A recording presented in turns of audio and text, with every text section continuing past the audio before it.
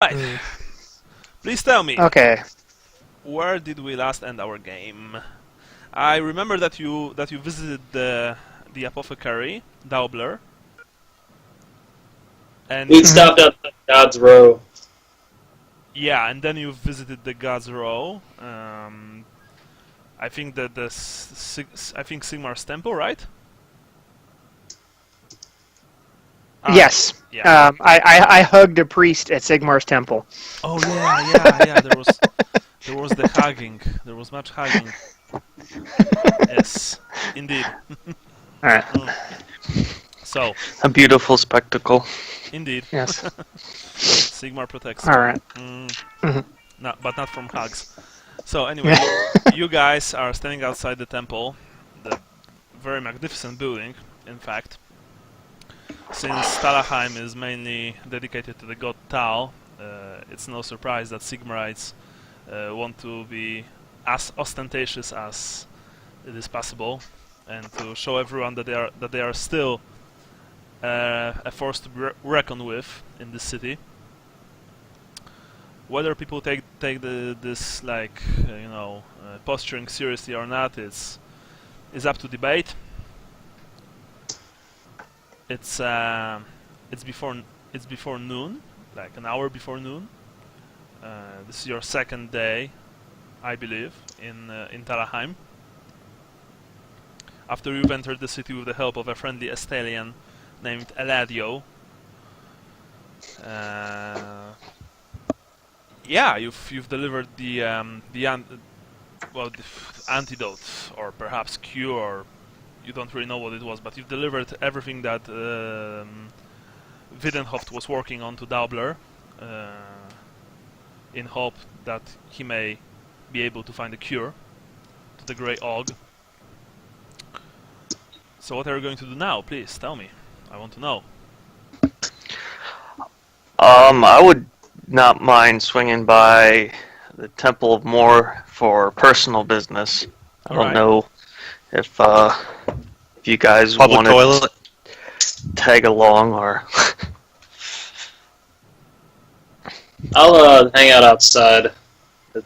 Those guys gonna need to creep. Yeah. They're all for Lucchini, and yeah, was my favorite part about home.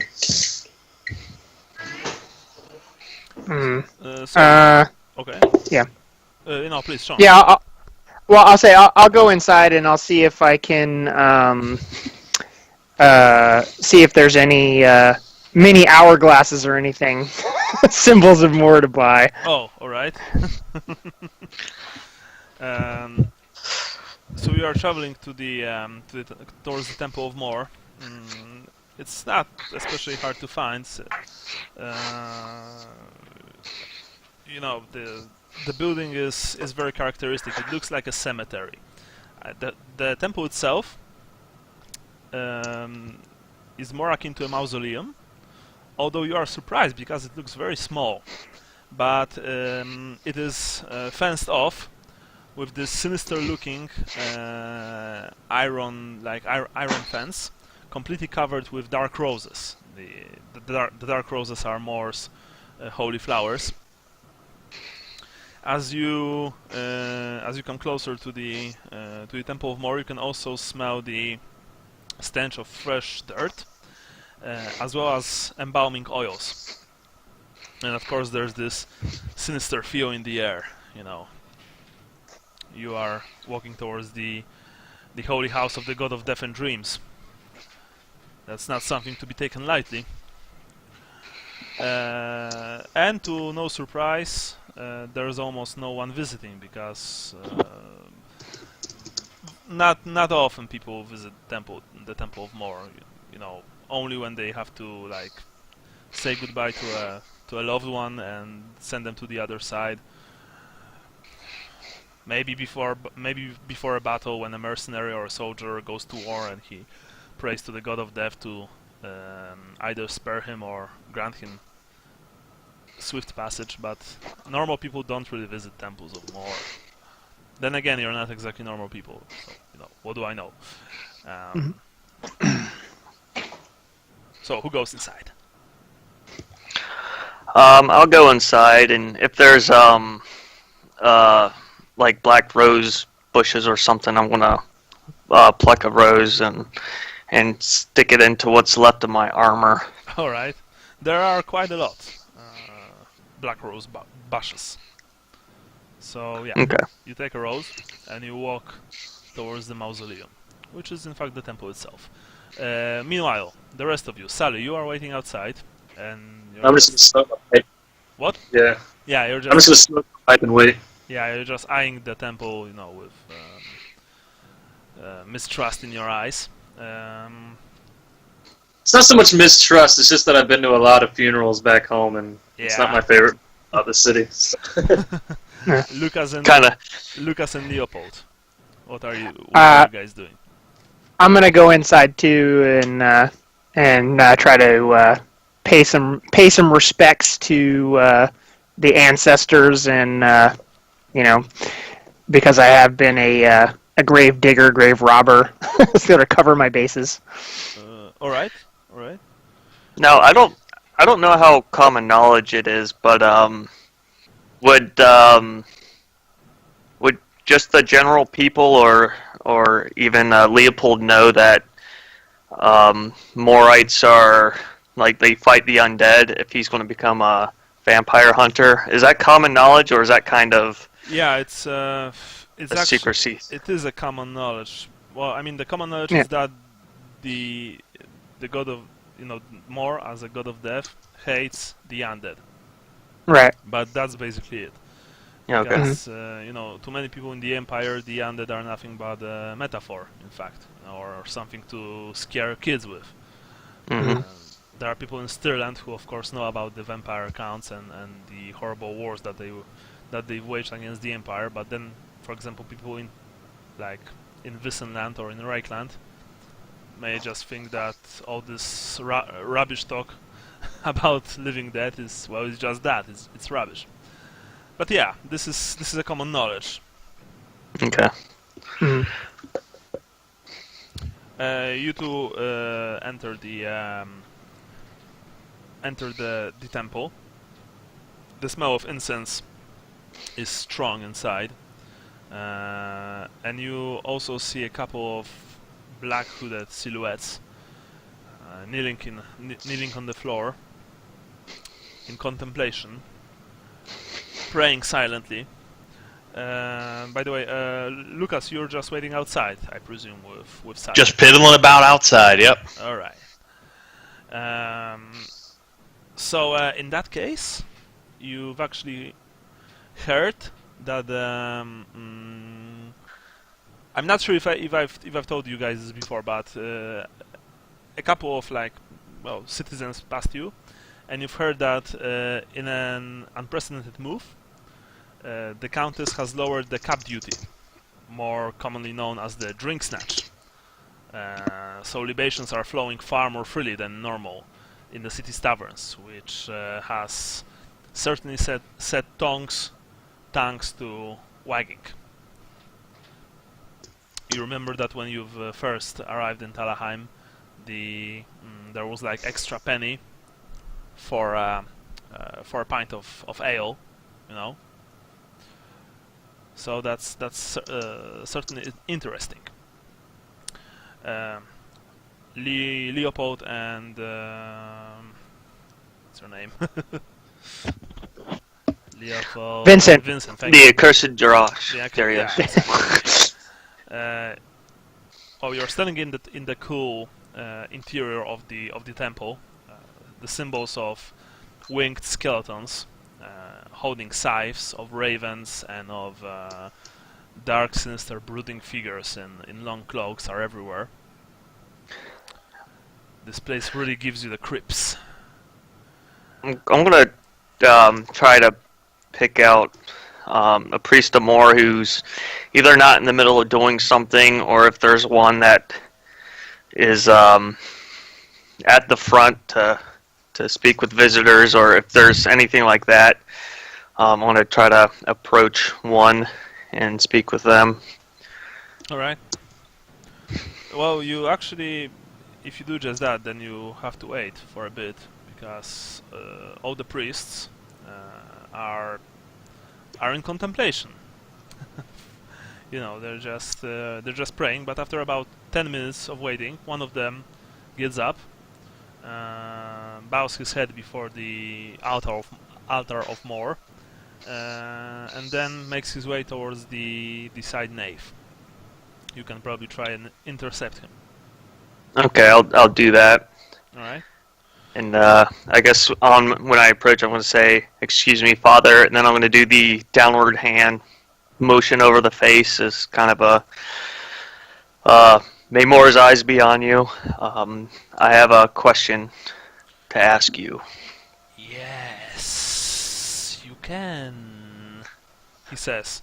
You actually don't see his face under the black hood, and there's a trio of little skulls hanging around his neck. Okay.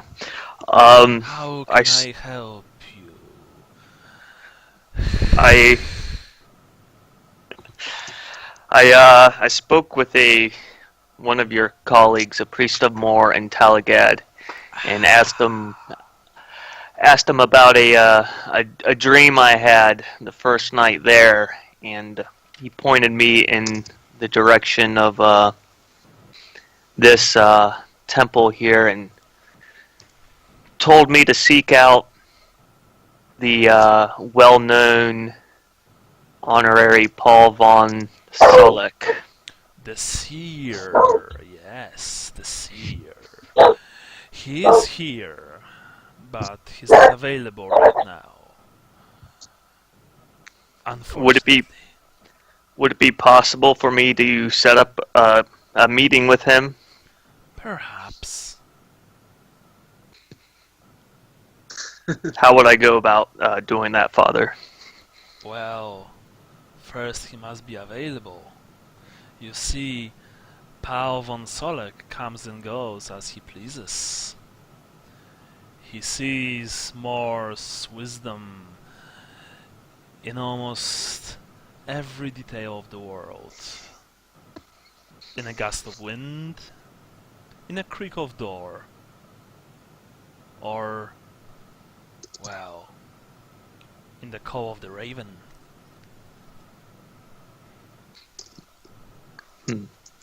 Would it be acceptable if on my free time I wait out here until he might be available to speak? You can, dear boy, you can. You can actually help us with the bodies. Very well. I kind of look at him a little quizzical, a little concerned about the plague. You see, this sickness kills many people. Many people come to visit Mor in his realm of dreams. But we, his humble servants, must tend to their mortal remains. We must give them the last rites before they will be sent their way to sleep, the eternal sleep in the Todespark. Because we do not bury them here, you know, we bury them in Todespark. Is there a chance that Paul von Solik will be in that area as well? So I can meet up with him? He sometimes visits it, yes. Okay. But then again, well, he may be not. Okay, well, I'll see what I can do. I have obligations. Hey, I'm gonna be right back. All right. I have obligations outside in town with some colleagues, but any spare time I have, I will try to assist you in your efforts. It will be most welcome. Thank you, Father. And I guess that's really about it. All I had talked to him about. Yeah, I mean, with that, he basically like moonwalks to the side nave and disappears very quickly. Sounds good. It's actually pretty creepy. But it's not very surprising. I mean, priests. Like moonwalks backwards? Yeah, he walks like backwards, like very fast. Okay. Yeah. So after that, are you staying or are you going outside? I'm going to, I guess, stop by a shrine, say a prayer, and deposit a gold coin in one of the donation things. All right. You did just that. You've left a small donation, which is always helpful. Small? That's a lot for me. Well, there's no price, when it comes to true faith. Yeah. So anyway, after that, you exit the temple with Leopold in tow, I presume. Yeah, I just wanted to kneel at the altar and pray, All right. to help me defeat the undead. More, give me the strength, and then and then I'll put 2 shillings in, 1 for each eye. Great. You did that, all right, without any problems. Mm-hmm. Outside, you see Lucas and Salvatore waiting for you. Did you want to buy a trinket, Leopold? You mentioned that. I did, but I didn't see any opportunity to. If there is an opportunity, I wanted to see if I could buy some sort of holy symbol. But if there's not, that's fine. I have the time. We don't need to rush out of here. Do I see anything where I could buy such a trinket, or is it not really readily obvious? There are a lot of stands selling trinkets, reliquaries, holy items, and so on, because of the plague, and you see that people are buying them like crazy. Honestly, probably 90% of them are just fake, like those who sell the fingers of a saint are just probably selling some old cat's bones, or something like that. But yeah, you even on this very street in God's Road, you count. Oh, sorry, can you can read? Yes. So you count at least like 12, which is quite a lot. Sally, any declarations from your part, or?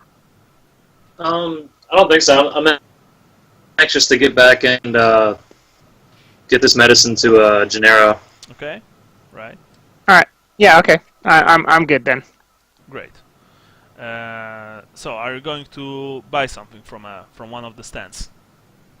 I'll go real quick. I'll just look and see if they have any little things dedicated to Moore in there that look interesting to me or not. Yeah, you see that the nearest free stands cater almost exclusively to the faithful of Moore, because they are near the temple of Moore. So, Okay. That's actually rather normal. And by the way, the Shrine of Moore is number 22 on the map, if you want to check it out. It's almost right next to the Low District. So, you approach the stand. There's a shady-looking man behind the stand. He has long, greasy hair, and he doesn't have one eye. "Welcome, stranger. Wanna buy something?" he asks. And who just disconnected? Oh. Great, Sean disconnected. I guess not. Scared him away. Yeah.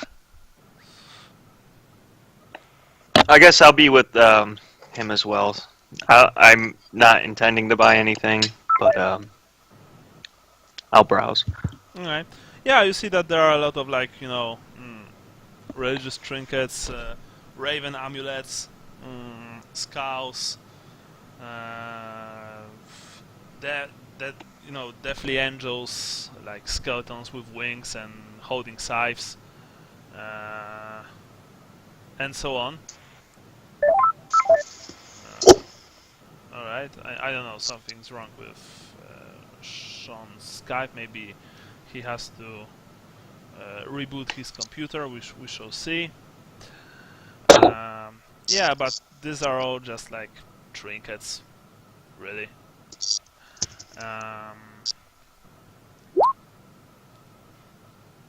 Wait, he's writing something? Oh no, I was just asking him in the chat what's going on. Because he's still in Roll 20, he's just not in Skype. Yeah. Andy, you here? Yeah, I'm just on mute because cool. My kids are making a ton of noise. All right. So in case you don't know, Leopold just went to a stand. And Yeah, I was there for all that. Yeah, exactly. But we don't know what he wants to buy because the Moor took his tongue. Well, not the Moor, just Moor. Oh wait, I'm connecting. No, I'm not. Okay, so meanwhile, what are you guys plan to do?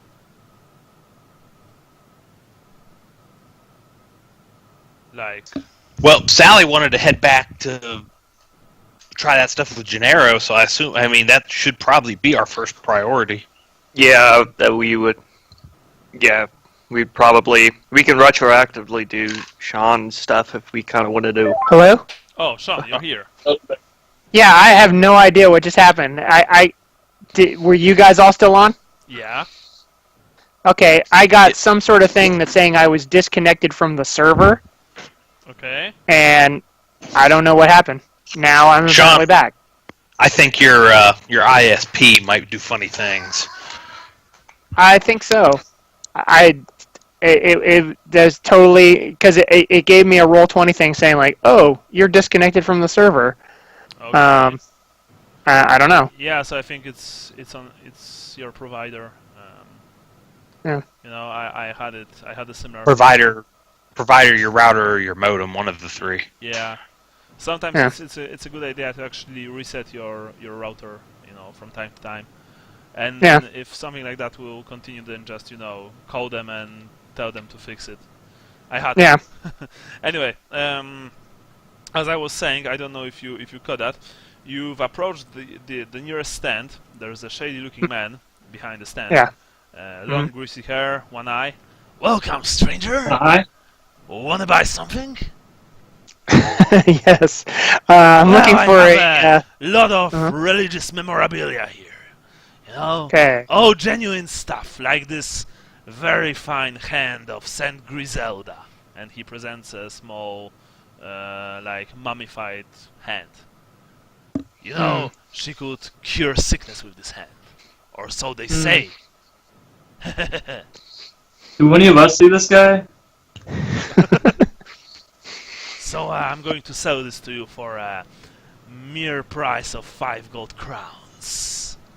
Yeah, I'm not interested in that. I'm just interested in a small symbol of more. That's it. I have it as well. Tell you what, I'm going to give you this. And he presents you a small symbol of more. It looks quite ordinary. This symbol is from the temple in Lucini, in Estelia. Yes, it's a genuine thing, you know. It's made from Fry's blessed holy silver of Moor. Check underneath and make sure it's not made in Bretonia. Actually, that's a good idea. Let me see. No. I thought everything was made in Cathay. No, it's still Estelia. By the way, Sally, you know that... Or Lustria. By the way, Sally... Wait, and that's probably gold then, huh? Yeah, it would be gold if it would be from Lustra, you know. But... Actually, that's a good idea. Sally, you know that that Lucini is in Thalia, not Estalia. Right. Do we hear all this, right? So, what do you say? I'm going to sell this fine trinket to you. I mean, this holy relic, excuse me, for a mere price of 12 silver shillings. Alright, I'm gonna try to haggle this dude Alright? down to 6 shillings. Alright. Is It's it probably- a hourglass? Yeah, there are a few hourglasses. Yeah, that's what I want, an hourglass shape. But alright, so I'm gonna roll the haggle and man. Yeah, well... well, Are we all standing around with Sean when he's doing this? yeah, I presume so. I'm gonna whisper to Sally. He's so tight. He squeezes a Carl until the Emperor screams.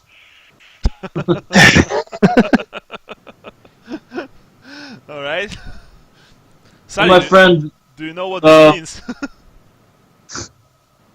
Wait, which part? About the squeezing, whatever. Yeah. He's so cheap that he squeezes a gold crown until the Emperor on the gold crown screams. Yeah. I got the answer. Sorry, No, that was actually very good. That was I'm trying to introduce some Tal-like sayings. Sounds good. My friend, where is Lucini again? well, it's a city in Estelia. It has like this tall towers and shit. Well, How did you come don't across really this, look like you've ever been to Lucini, good sir. I kind of take my hat off and dust it off and just kind of glare at him. He glares back. My hometown. Oh, really?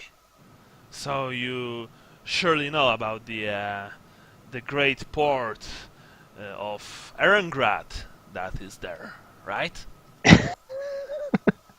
No. Ah, that's what I thought. You're a charlatan. Anyway, I'm going to sell this fine trinket to you, good sir, for 11 silver shillings, since you look like you're a proper Morite. Yeah, I'll pass. That's too rich for my blood. Well, I'll Yeah, give he's you a 2 morite, minutes. not a moron. well Thanks for your time, sir. Good day. come back anytime. What happened to your eye? Oh, I've lost it fighting the orcs and goblins. Not from selling cheap bullshit wares, I'll bet. No, that's it's not that. And I'm not saying bullshit. It's all genuine stuff, blessed by the priests and all. You know. 2 pennies for this. For what? Whatever he was just showing Lucas, he said it was 12 something shillings. from Lucini in Estalia. It was bullshit. That's the religious symbol. Yeah, Yeah. 2 pennies. Can I try to you haggle. you should. can you assess it to actually see if it was made there? Well, I was gonna say just evaluate it for how Yeah. much it's actually worth. yeah. Or if you can identify that it's clearly not from a particular region or something. Well, I'm from Lucini. He's saying Lucini's in Estalia, so I already know he's bullshitting us. I'm So- not going to sell it to you for 2 pennies, good sir. This is a real thing, real deal. You know, and it's Fry's blessed silver. Yes, it's Fry's blessed. In the city of Lucini in Estelia. You have a nickname that they call you? Yes, I actually have a nickname. It's none of your fucking business.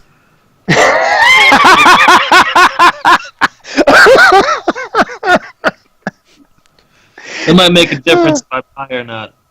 What is it? What? I can't hear you from all the way down there. Can you please speak up? Oh snap! I'm gonna put I say, my hat back on for some of his wares as I do it, make it look like it was an accident. I think I know how this dude lost his eye. Okay, so you're basically just make some of his wares go flying, right? Yeah, like I was holding my hat in my hand, and I'm gonna act like I'm dusting it off when I put it back on, but I totally want to knock over some of his it while I do it. All right. Well, you did just that, and as you were putting your hat back on, some of the things went flying. He, of course, starts screaming and cursing you, and produces a rather large and intimidating clap. Get out of my shop, you filthy rat! And he just, I smile at him and tip my hat. Yeah. Yeah, although you know that it's probably a good idea to leave because this man is clearly accustomed to violence. Or maybe not, I don't know, maybe you want to fight him. But then again, remember that in God's Row there are a lot of patrols. Since it's one of the most important districts in Talabheim. So the bulldogs are usually present in force here. Yeah, I'm gonna slip into the crowd. Yeah. Yeah, we all just leave. Let's just go. Yeah. That was fun. Indeed it was. You melt away into the crowd of faithful. You hear their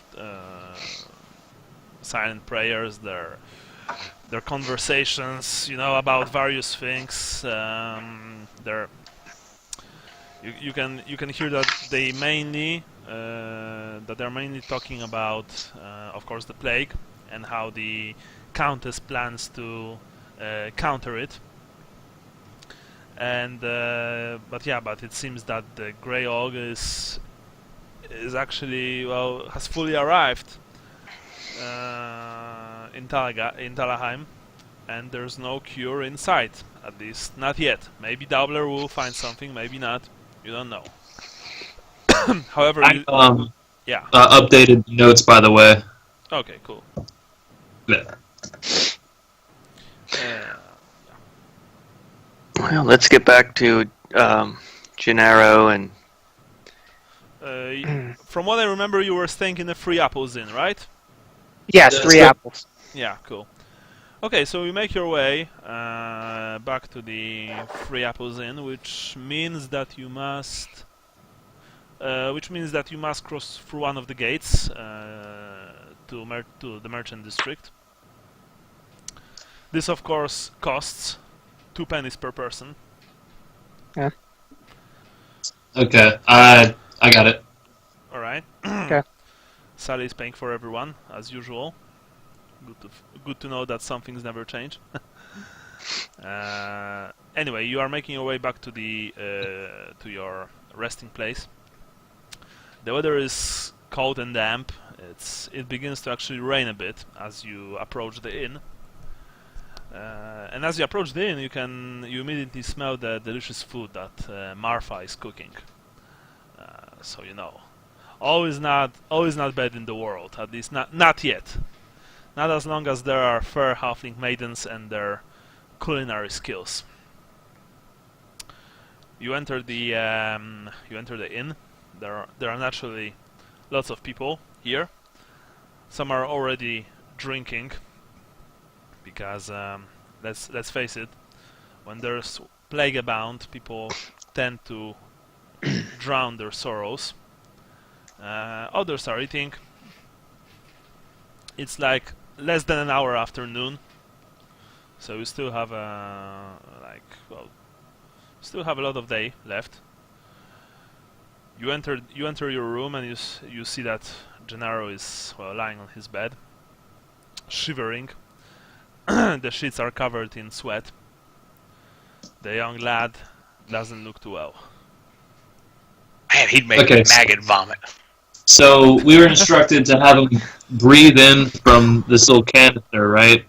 Yeah. It's like some kind of medication in there, and warm baths, and to bite down on a sheet of leather when he has shivering fits. Yeah. So yeah, I'm gonna use like Gennaro's belt for him to bite on. All right. He bites on the belt, and you don't really know if it helps, but after a few seconds, you see that his shivers become more stabilized, so to speak. You've also, Get out the medication for him to breathe in. and you also give him the medication, which, of course, he immediately begins to breathe. After a first half He begins to hack a lot. Like, I mean, that's the word, like hacking. Yep. Yeah. Yep. Yeah, hacking cough. Like- Yep. Yeah. Yep. Oh yeah, coughing. Sorry, hacking off. But quickly, after less than a minute, his breath stabilizes and he falls back to his pillow, on his pillow. And well, you don't know if he lost his consciousness or he's just sleeping. But yeah, he begins to snore. How's that feel, big guy? What? I think he's asleep. Oh, okay. Yeah, yeah. You Um, see that he's breathing, but shallowly and painfully. Let's see if we can have Wanda 3 apples draw a bath in the next room.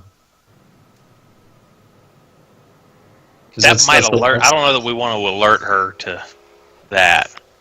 Well, Well, no, but we can make it look like it's for one of us in the other room. Yeah, I'm probably still slightly covered in ash. Yeah. Aren't baths though like usually an outdoor thing? I mean, well, you You can know, a big order. tub. Yeah, you can order a tap to the room. You know, Okay. tap full of hot water and maybe a piece of gray soap. But Mhm. yes, usually Yeah. people do take their baths outside. Yeah, she ain't gonna take to kind of splashing a ton of water all over her floors. Maybe even if it's a wash pail with hot water and like a washcloth, we can put That- over his. That's probably a better idea because that's way less suspicious and probably a little easier to act like it's for us. Oh yeah, it's. I was gonna say a bath. Is it somebody's it's- birthday?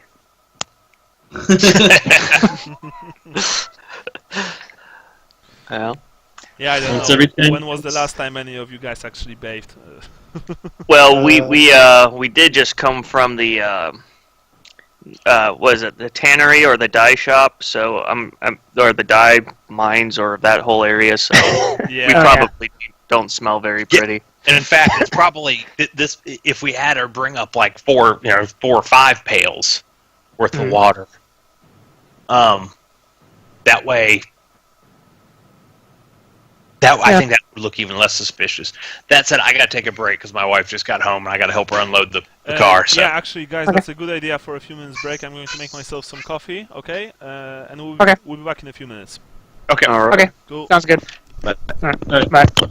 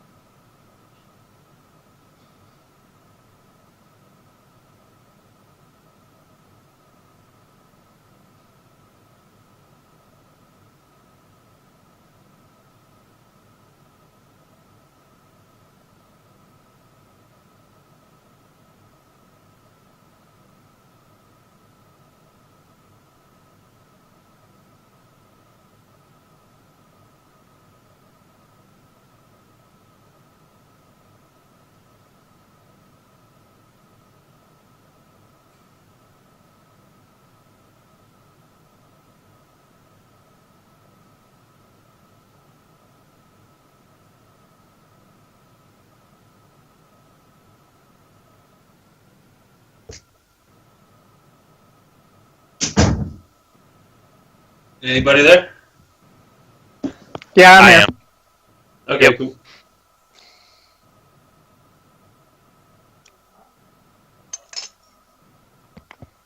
I've been eating this frickin' hot sauce by the spoonful over the past week. It's like every time I go downstairs, it's this hot sauce we got in Aruba, and it's like mangoes and coconuts, and I'm gonna have to order it from Aruba because I can't buy it anywhere here.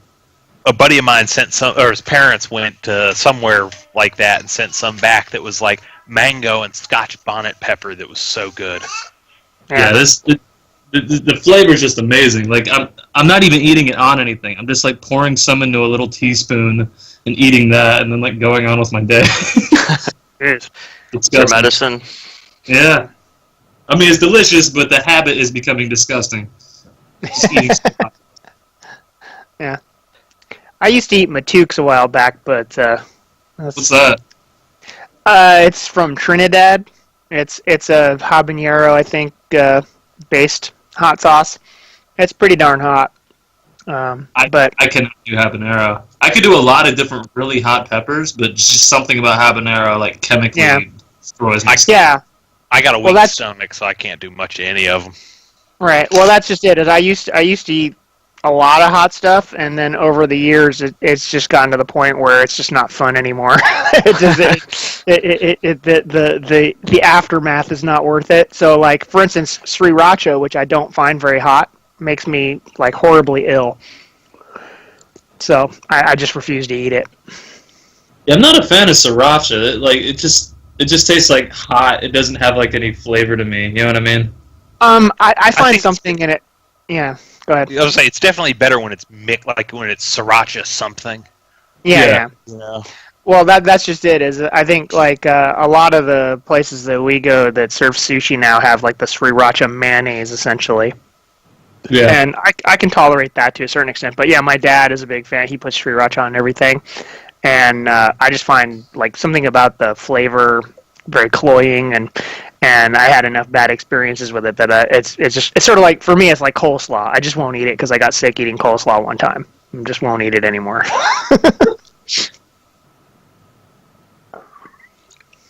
Yeah, I'm come from a long line of Northern Europeans, so my stomach doesn't handle Yeah. a whole lot of much. Well, when I was a kid, my dad's first wife was from Sri Lanka, and so she made him curries. So when I was a little kid, my dad used to make curries all the time. Mhm. So we get a lot of that. I had a friend in well, I knew him from about the time I was in second grade till I graduated. That his mother was Indian and his father was from deep South Louisiana, and so everything like they would like literally mix the two so that Cajun seasoned chicken and curry or something. He could eat about anything. There was a stuff I used to eat called voodoo chicken at this restaurant called J Gumbo's, and I'm not sure what it was. It had like a vindaloo type flavor, but it wasn't Indian. You know what I mean? It was Cajun, I guess. Well, I think the primary flavor in vindaloo is just hot. Yeah, but you could kind of taste some garlic and tomato in there as well, and it was like a good mix. But I used to eat that all the time, and I would have to go home and take a shower afterward just from the amount of sweat that that it would create from eating it. And my scalp would sweat, and my face sweats when I eat it. I have to take my glasses off. It was a mess. I'll be back in a minute. Okay. Andy's back? Yeah. Oh, cool. Yeah. So we wait for Jason and then just resume. Hey, how honest are the Polish post office? Honest? Yeah.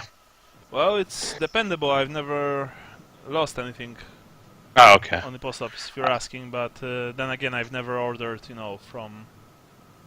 I mean, I'm ordering from Poland, so you know what I mean. Okay. Yeah, I've got something that's sent to me by from a Polish company, and your post office says they've given it to the U.S. and the U.S. says they haven't gotten it yet, and Oh, wow, that sucks. Yeah. Because shit. But the problem is because it's international. Everyone's like, oh, you got to give it a little while just in case, So it's kind of annoying. You remember my Pantheon debacle, right? Where he sent it and it sat in, I think it sat in Madrid for 2 weeks.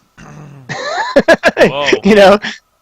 And then finally he's like, oh shit, and he got them to send it on, and then it told the tracking told me it was in New York customs for another week. It took forever to get here. It was just stupid. And, Ironically, I've had the worst luck going U.S. to Canada. Weird. That, I know a lot of people who complain about that. Yeah. I'm waiting 32 days on an insurance claim right now, 32 business days. Oh my god. All right, I'm back. Yeah, I was getting into stuff trying to send people miniatures, just send a little miniature, and the post office here was balking because I was saying, I think I wrote on there one time 28 millimeter. I think I was sending it to Canada, and they're like, oh, they're like. Because the automatic assumption in Arizona is that if you write something millimeters, that you're sending ammo to people. Well, it's millimeter. That's pretty big. Yeah. Have you ever tried to send something to somebody in Ireland where large portions of the country they don't have street addresses, they have house names? Oh man. So it's just the such and such, whatever town in Ireland, and I've had the postal service here freak out a few times because there was no number. It was just such and such house, Ireland, you know. And Yeah. they're like, well, that won't work. You know, it's like, yeah, trust me, that's their address. No, they don't have an address. They can't send. Yes, just yeah. Yes. Whispering winds. Yeah, exactly. Quick question, Miguel. Is my wife got this vodka from Poland, and I'm just Belvedere? curious if it's any good. It's ZUBROW. Żubrówka! Yes. Oh, it's Żubrówka, very good. It's very good. CZARNA. You know, if you guys are, you're in Cincinnati, right? Yeah. You should be drinking bourbon. Actually, Well, Żubrówka is the let's best have in vodka in Lexington, the Louisville. world. You can drink it in any country. Actually, they even drink it in Japan. It's one of the few Polish alcohols that they're selling in Japan. Really? That's a fun fact, and it's known because we add a single grass. I mean, single blade of grass Buffalo? inside, and this grass is called the Żubr grass. Żubr are like bisons, you know, they're like buffaloes. Oh, okay. Yeah, there's a little buffalo. Yeah, it's like a buffalo. I mean, it's not buffalo. It's more like it's like a Slavic buffalo, you know, doing squats and you know, saying Slavic. Wearing things. Adidas. Yeah, suka bliat. Yeah. Anyway, Żubrówka is very good. Of course, be careful because it's also very strong. And from what I've understood, it's black Żubrówka, so it's even stronger actually. Yeah, but do enjoy it. Maybe enjoy it in a drink, or you know, maybe cook with it. Meats with vodka are very good because the alcohol vapors away and leaves just the taste. Just double down next session when we get into combat. Yeah, or actually role play. You know, role play yourself being drunk. There you go. Okay. Anyway, Gennaro is he looks like he's feeling a bit better. Or maybe it's just your, you know, wishful thinking. Now, just remember one thing, guys, because all the bath talk made me realize this. I don't think that Marfa knows that Gennaro's sick. Right, and that's why we were discussing about just ordering a bath versus ordering buckets to clean with. I told Wanda that there was an accident with a sack of dye that ripped open, that fell on him, and he breathed it in, and he's been ill. So we have sort of a cover, but, I mean, I don't want to test it too much. But we could ask for a hot pitcher of water and some cloth to wipe down any residue. Yeah, I think we'd be best off ordering several of those. Yeah. So, you know, under the pretense that we're all cleaning up. Yeah. Yeah. I mean, we probably should all clean up, but, you know. Yeah, it's not at all unreasonable. You guys simply, to put it simply, stink. Yep. Yeah. I'll go out in the hallway and look for one of the halfling servants and ask him to bring some warm water up to us and towels. Of course, good sir. Says separate pails. Yeah. Says a young halfling boy, you know, who's working here. I'll bring you right away. It will be a single penny, good sir. Thank you. We're gonna need 5. Oh, then 5 pennies in that case. Fair enough. I'll pay you 6 when you bring it. Thank you very much, sir. Says the boy, and you know, runs away to fetch your water. Ooh, a penny tip. You're a big tipper. Hey, these are my people. I gotta. That's what she said. We have a saying in Poland, you know, when someone tips, the equivalent of a penny, you know, just don't spend it on stupid shit. Yeah. Don't spend it all in one place. Yeah, exactly, something like that. Do they tip in Poland? Yeah, actually, okay. Tipping in Poland, I used to date a girl who was a waitress, and you know, she told me about tipping in some of the restaurants, and one guy received a tip of like 1,000 zlotys, which is like $250. Wow. Yeah, but he got the night before my wedding, I left a large tip to the poor bartender who was dealing with my crazy family. But yeah, we're always told that in Europe they don't tip. So in Western Europe they don't tip. But it's actually pretty shitty because they just add extra like costs to the whole order. So for example, you are ordering something for like I don't know $20, and then you see that you have to pay $25 because well the $5 is for the tip, and in Poland the tip is like it's not mandatory. Yeah, Now, when I was in Austria, it was like customary to tip before you ordered anything, as kind of like an incentive, like, hey, give us better service while we, have our meal. yeah, And that's so called you a bribe. Yeah, you essentially, yeah, that's exactly what it is. You tip before, and then they perform for you. I always think, Okay, you're paying beforehand, and they're performing for you. I don't think you were going to restaurants. Yeah. Well, it was amazing. Yeah, for example, I always tip. Like I tip my hairdresser. I tip I tip in restaurants and so. But I would be pretty pissed if I would have to pay the tip in advance. Like what the fuck? Sorry. Yeah. This is just stupid. What if I don't like the food, or what if the waiter is acting like an asshole? I'm not going to tip this guy.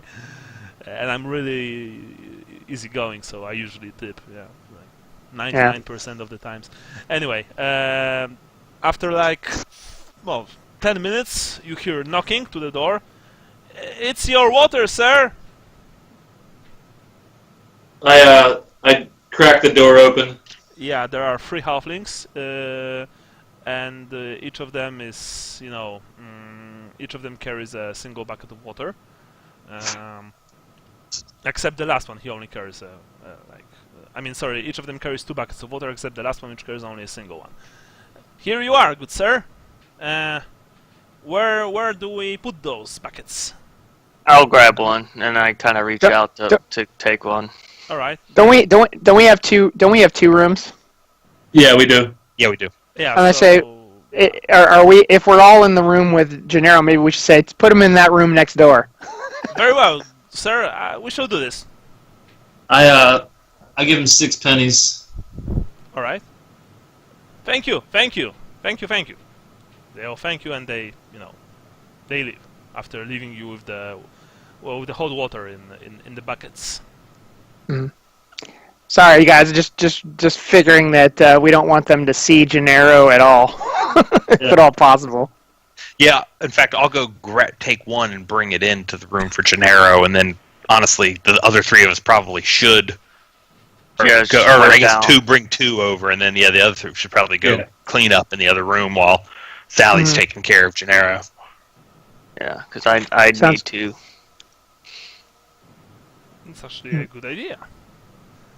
So, you guys are using the buckets that were given to you to, at least try and wash away some of the dirt from you, which works.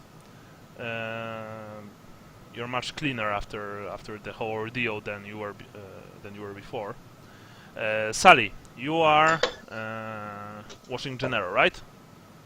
Yeah, I think since we can't actually do a bath like the doctor suggested, I want to wet like a towel and drape it over his back. You know what I mean? Oh, okay. In that so it's like hot compress. Yes. Okay. So you do just that. You turn Gennaro on his belly and then put a hot rag, on his back. Yeah, what you said meant something completely different. Yeah, I know it would be weird. Well, you hope that it will work, or that he'll actually feel a bit better, but you're not sure.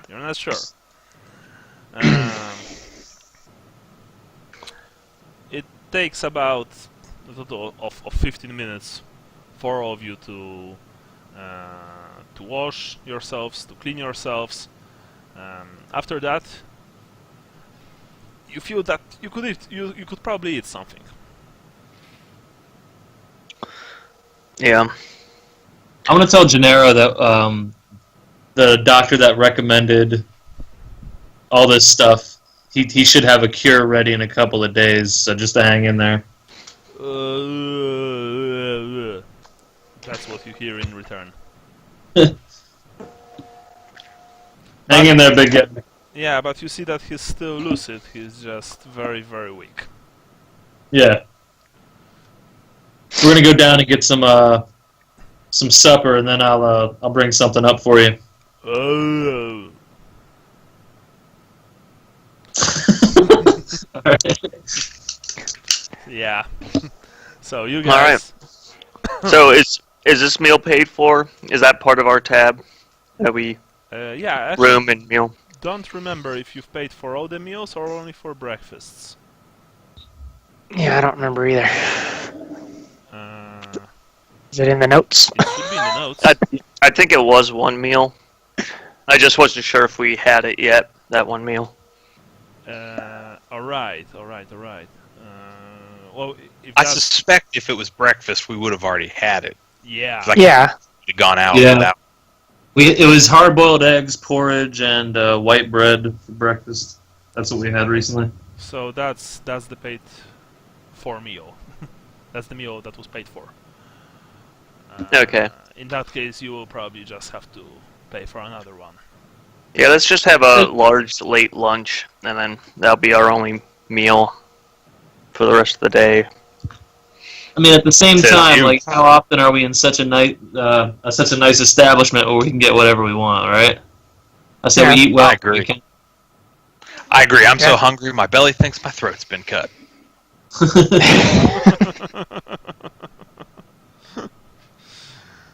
Really nice, Andy. That's really nice. And I'm trying. The last couple of sessions I haven't been too Talabheimish, so I'm trying. No, I Yeah. appreciate it. It's very good. You go downstairs, where you see that there are more people than before because it's the lunch hour, really. And sorry, she's not Martha, she's Wanda. She's Wanda Free Apples. I don't know where I came with the Martha thing. Perhaps after watching Batman v Superman, Martha, and stuff like that. Anyway, you see that Wanda is running around tables with her staff, serving delicious-looking and deliciously smelling meals to hungry people. You can feel your mouths watering just at the aromas and at the size of these meals. You know, they don't look like slop in a bowl. They're just proper, good-looking dishes. Something that wasn't available to you in the filthy docks of Talgat. So, you take a seat at one of the tables, and soon one of her servants arrives. A young halfling girl with two long braids and flushy red cheeks. What can I offer you, good sirs, today? What are you serving? We have a few house specials today. We have a hammerbone steak with blood gravy, pork dumplings in gravy, and we also have blood sausage and pickled cabbage. Not in gravy. This one's not in gravy. Oh, those pork dumplings sound good. Yeah, I agree. Maybe you would like some. Maybe you would like a few pins of Siamus Lager with that. It's There we I go. think you read my mind. excellent. Pork dumplings and lager. Sounds good. For I'll go with blood sausage and cabbage. great. So how many ales? Four. 4. 4. Great. How many do you guys want?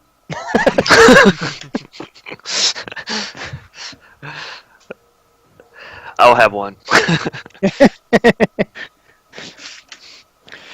All right, and with that, she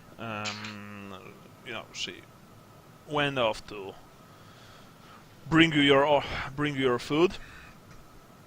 After a few minutes, she returns with your dishes. The food is very good. It's practically excellent. The beer is tasty, refreshing. Yeah, you actually feel like you are eating the proper way. Finally, eating the proper way. The whole thing costs you 5 pennies each.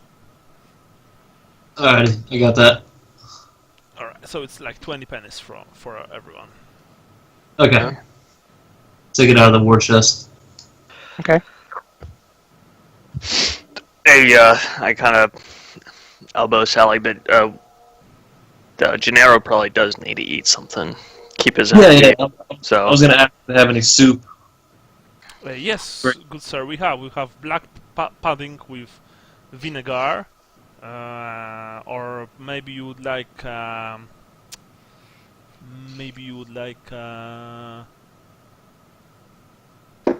barley and marrow in beef broth. That sounds good. With some bread, please. Of course.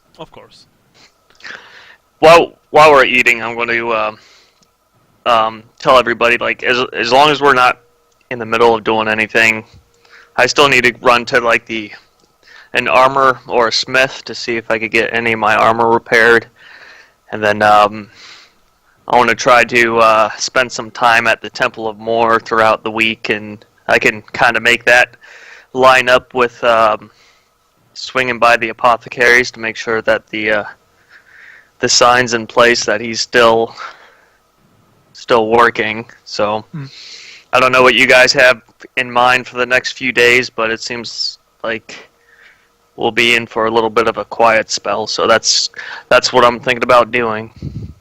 I'll go with you to the armorer, but you're on your own going to the Temple of Moor. Yeah. I was thinking that actually, I may not have enough money though. I need to start working towards getting a full set of mail, but I don't think I have the money for it. But I'm going to yank at my side and grab a few links and I'll be like, here's a start. That's okay. As they crumble in your hand. Yeah. Just trying to figure out where my there we go, armor. Just remind myself. Yeah, I'm like 50 gold short. Alright. Time to start. Do you need a full suit? For Vampire Hunter, I need a full suit of mail. Okay. So, and so Deadeye is supposed to find us, right? I'm just Yes. trying to. I was trying to think of other ways that we can somehow get ourselves to find to expedite him finding us.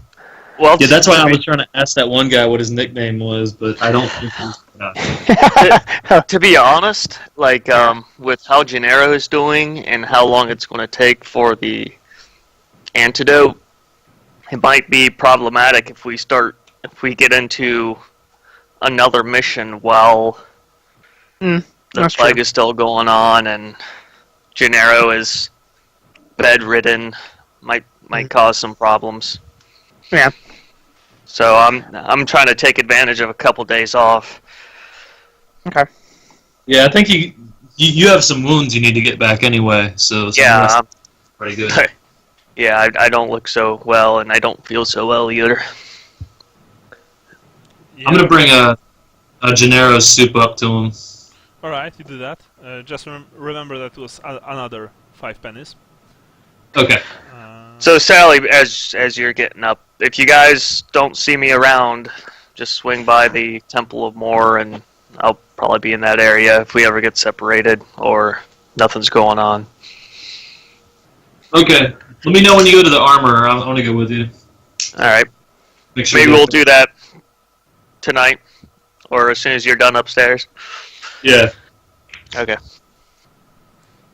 I'm going to ask a server or somebody nearby if they know any leather workers, because it's my leather armor which is all jacked up since my mail is destroyed. So I'm just going to see if there's a leather worker or a smith or someone that might be able to repair the armor. You might want to visit the old market, good sir, says one of the servants. They have all sorts of shops, like, you know, and whatnots there. Yeah, so old market is probably the place that you want to go visit.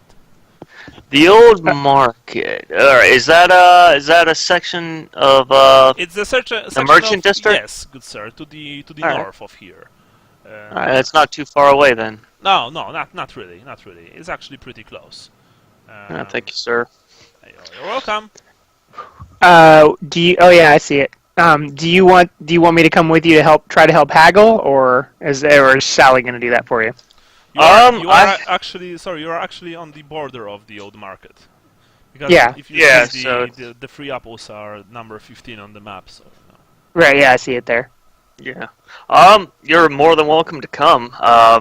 Yeah. I can negotiate. Sally can negotiate. Maybe the more the more hagglers, I guess, the better. Hmm. Yeah, I don't know how that works. If we can aid you in haggling, or or if we all just roll for it, or what the deal is Now, mechanically.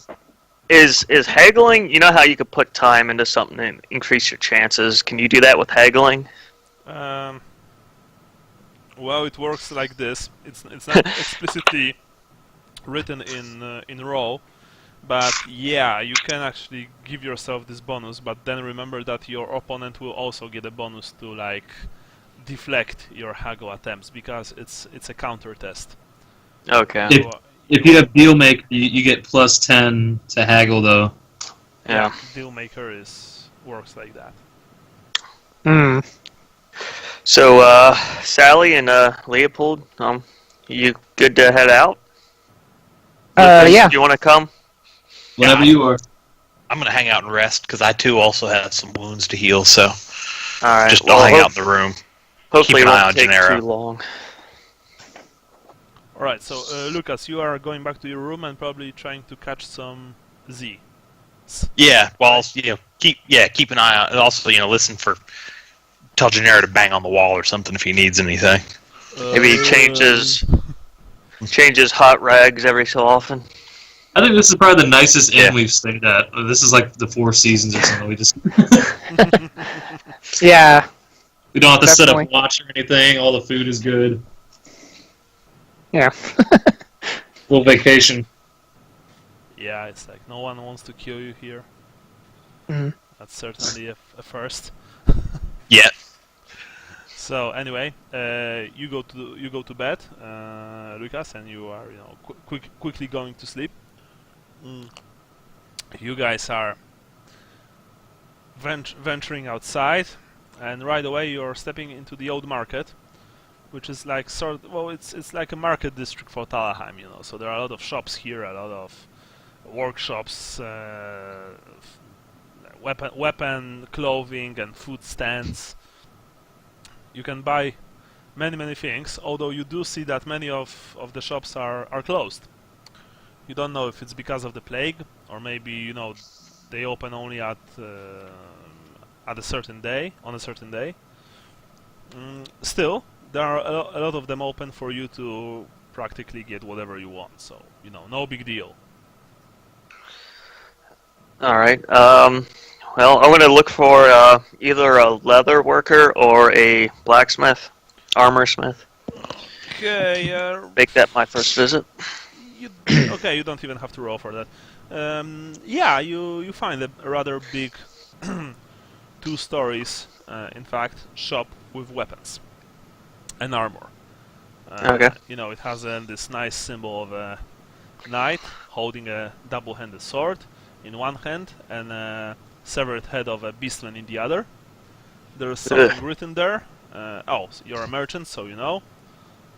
It's von Kompft Schopf. Shoppe, sorry, Shoppe, Shoppe.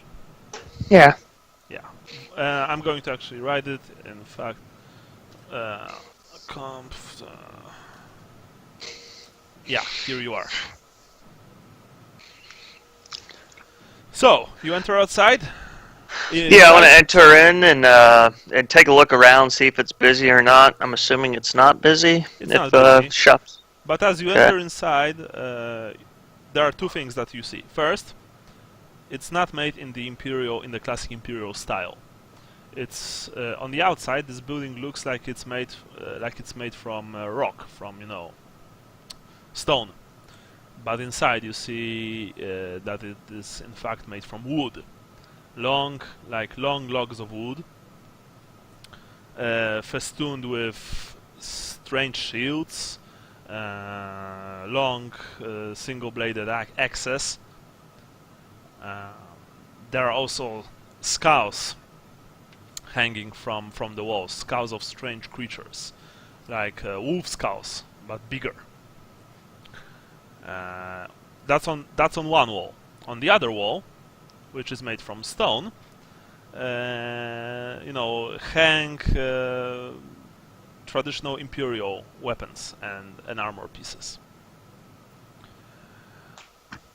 And of course, there is a counter, and behind the counter there are more weapons and armor. These are for sale.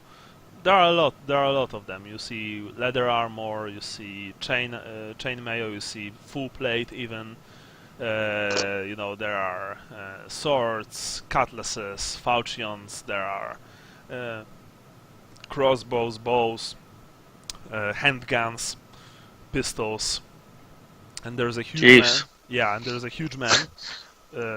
Almost, actually, he's taller than he's more than 2 meters tall, and broad as a cart in a dark apron, standing behind the counter, looking at you with piercing dark eyes. Half of his face is tattooed, and he has this red fiery hair cascading from his head. Alright. So... This guy's clearly not from around here. Northwest. Welcome to Von Kampft's shop. I'm Von Kampft. How's business been lately, sir? He looks at you like with this long stare. Good. Alright. Are you here to make it better or worse? Well, hopefully better. I guess I got a couple options. Maybe you can steer me in the right direction. Do I look like a map seller to you? I sell weapons. Oh, do you not sell armor? I sell armor as well. All right, I've got some leather armor which has been pretty severely damaged by fire. It's a pretty miserable time getting that. But I was either wanting to see if it can be repaired or if I can exchange it for a new set of leather armor. I'm not quite sure what the best way to go about this, but here it is. Do you think this is repairable, or would it be better to trade it in? He takes a glance at this destroyed armor of yours, and I want to lay it out. And it's the leather armor, so it's poor quality. It's not the totally destroyed mail. It's just the it's shit. Sell it. I can give you a good price for a set of leather armor, because I see that you are a man of adventure and longing. I used to be adventurer like you, but then I took an arrow to the knee. And so I've decided to open this shop. It's called Sven von Kampf's shop. I'm Sven. But that's Are you from here originally? No, I'm actually from Nordland. Nordland? Oh, way north. Yes. My From across the sea? No. Nordland is a province of the Empire. What are you?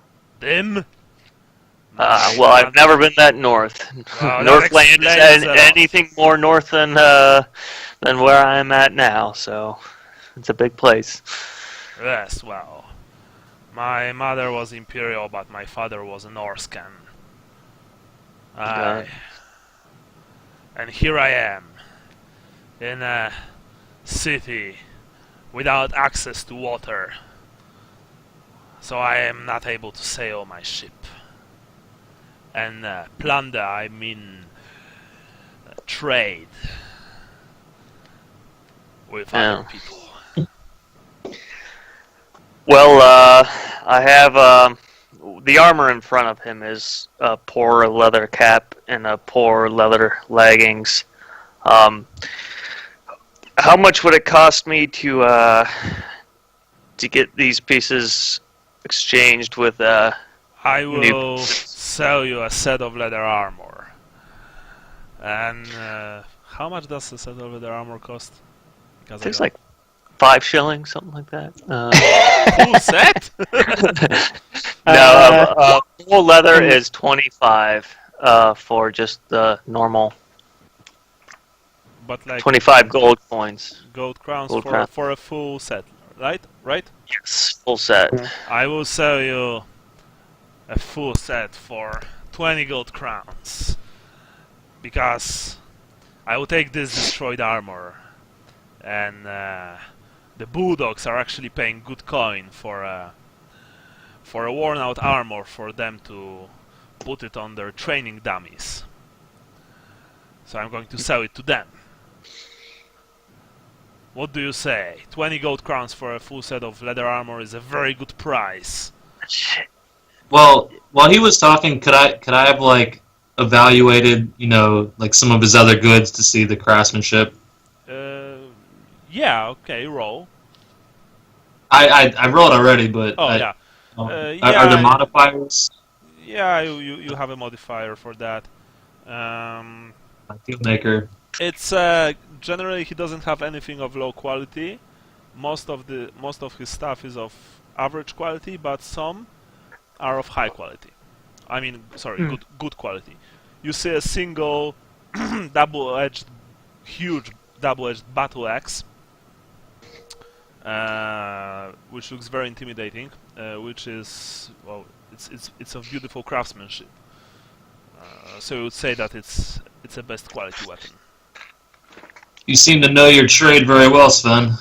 I do indeed, little man. I do indeed. Otherwise, I would not be in this business. I want to look into my bag of coins, and seeing that I don't have that much, I'm going to ask him how much for just a new leather jack. If you're going to leave me this this old set, how much is a leather jack? I think it's 12 gold crowns. Yeah, 12. So he'll sell Yep. it to you for 8.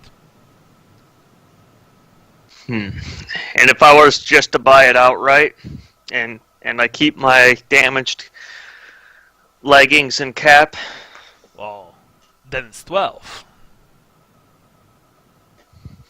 Is there a sword breaker laying around? Sure, sword breakers, all sorts of strange weaponry, like.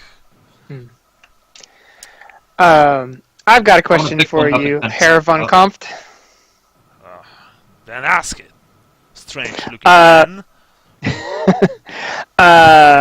Do you have a full set of mail, and what would the cost be if I traded you in my leather armor? I do have a full set of mail.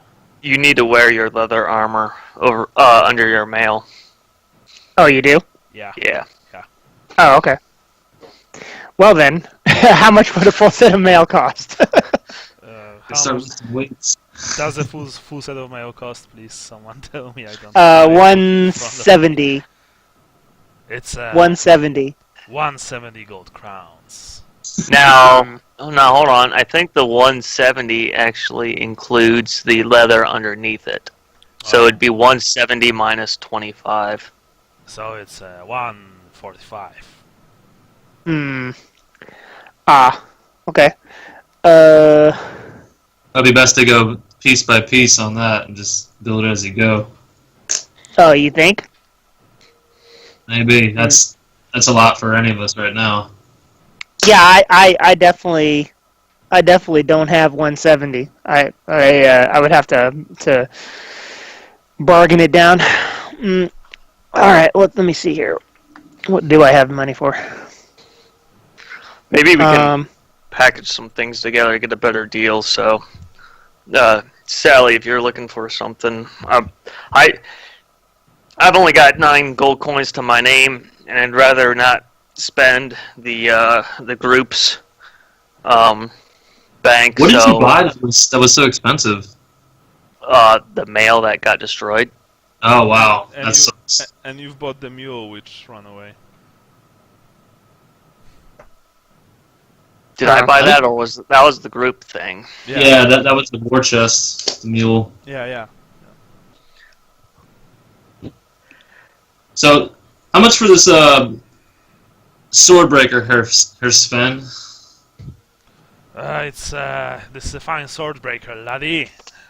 It will cost you the exact amount which states in the rulebook, which I don't have. Does anybody have that pulled up? I just need to scroll down to weapons. But yeah, give me I a got it second. open. You got a weapon? Swordbreaker. Swordbreaker's 5 gold. 5 gold. So it's 5 gold. Jason, you needed how much? Well, I have poor leggings and a poor cap, so I could get a complete set by just getting a leather jack, or I can trade in to get not poor quality, but I can only if I can getting a leather jack is just out of reach unless I get a poor quality leather jack. Does he have a poor quality leather jack? No, he doesn't sell any low quality weapons. Yeah. Or everything here is pretty nice. Yeah. By my estimation. So yeah, what would just a male jacket or male coat cost for you? Well, that's what I'm looking at. I could technically right now with the money I still have, I could afford a sleeved male shirt and male leggings. That would be 115, and then I'd still have some money left over. Okay, And I don't know if I can haggle that down or not.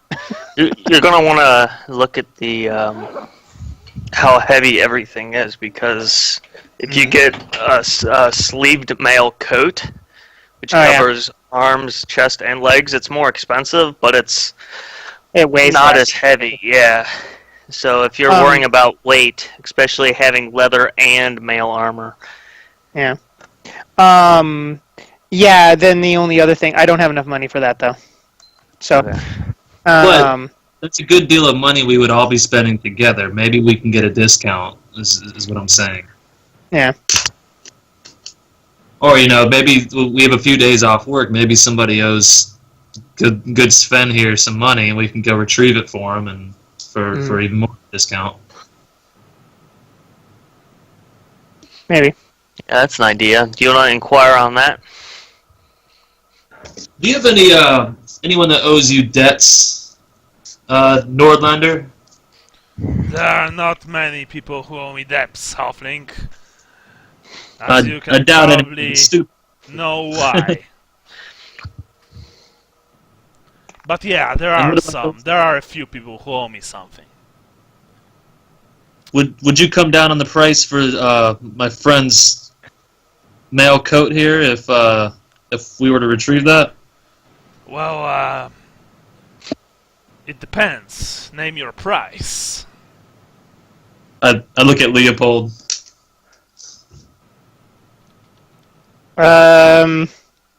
You have haggle, right? Would you go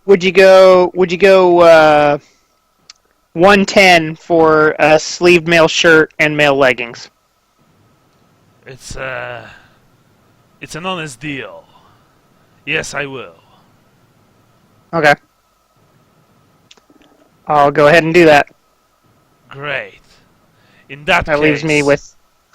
in that case, Mhm. you need to travel to the law district and find one Judge Steppenstone.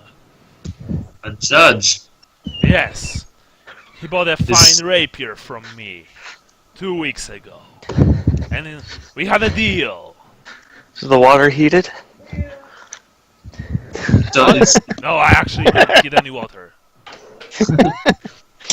Hello? Wait, so is hold on. So the for fact that he's 5 a gold, judge- we have to go. We have to shake down a judge. Is that what you're suggesting? I'm not saying that you should shake him. I'm saying that you should bring me back my money because he paid me 5 crowns less than he should, and that's unacceptable. In fact, if it wasn't Talabheim, I would take my. And he points towards the really nice double-bladed battle axe. Jormungandr, Hmm. go there and ask him to give me the money myself. But if I would do that here in Talabheim, I would be arrested. So I can't do that. You know? well, I'm sure our methods aren't a whole lot different. Well, so- actually, Yeah. you seem more like intellectual types. I look You have at a him bill- with my burnt eyebrows and charred armor. Well, maybe except you. Quite. So is there a bill of sale for what he owes you? Tell you what, if you do that, because I know he's a judge, I know he's a like important persona.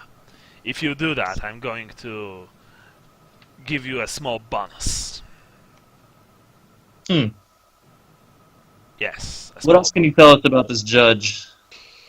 Well, he's a crafty bastard and no mistake. He usually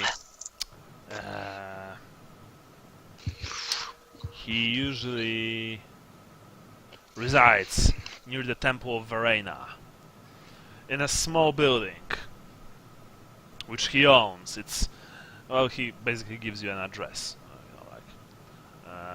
Oftenstrasse 55. Is he a religious man? Yes, he is. He's a devout follower of Verena, actually. You can't miss his building because he's got the symbol of this goddess above the door, and it's really big, and it's inlaid with gold. And what would you say is most dear to him in this world? Excuse me? Maybe we Does- could play the religious angle. I don't know much about this god, but Now, make no mistake, I don't want any trouble. I don't want you to, I don't know, blackmail the man or shake him or kidnap someone who's important to him. I don't want any trouble with the law. what if Well, no. what if he misplaced his rapier You mean and we like, brought it back to you? that would be fine, although I would need to sell it using a more covert methods. But yes, that would be fine. That would be fine. That would do. That sounds like a decent solution right there. Yeah. I mean, just the question is whether or not he has it on him at all time. If he sleeps with it or whatnot. If he has it lying around. He doesn't have it on all times. He bought it for ceremonial purposes. Yeah. But Does he live alone? No, he has a wife. They're both elderly people. And any servants that you know of? I don't know. I mean, they have a nice house. I've delivered the rapier personally to them. They have this. Actually, he works in his house with his partner, one Oppenschreiber.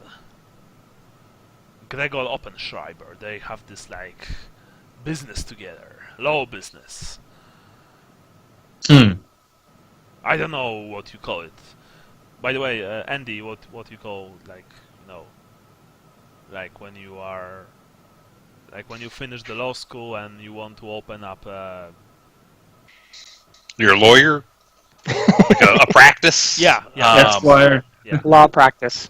There you go. Yeah. Because in Poland it's called kancelaria. So it's a similar word to chancellery, but not exactly. But it's practice. Yeah, so they have this practice, So if you either convince him to pay me the 5 crowns, or if you bring me back the rapier, then I will sell this fine set of mail to you with a discount, and I will give you all a bonus, which is a deal. Which is a surprise. So I'm not going to tell you what the bonus is. Okay, well, quick. So can we take a quick sidebar here amongst the three of us? Of course. Feel free. Okay, so as much as I like stealing stuff from people, do we really want to do this for essentially for 5 gold crowns and maybe some bonus? I mean, it's up to you guys. I wouldn't go the stealing route, because if we're going to steal a rapier, I don't know how much a rapier is, but at that point, why return it? Like, we're already committing a crime. What's the difference? Yeah, and there's no commitment if we don't follow through. I mean, you won't get the male armor, obviously. We could threaten him. We could be like, hey, if you don't pay us the full amount, we are confiscating the sword. I wouldn't say that. Yeah, my point is essentially, do we want to go on a side quest essentially for 5 gold crowns? No.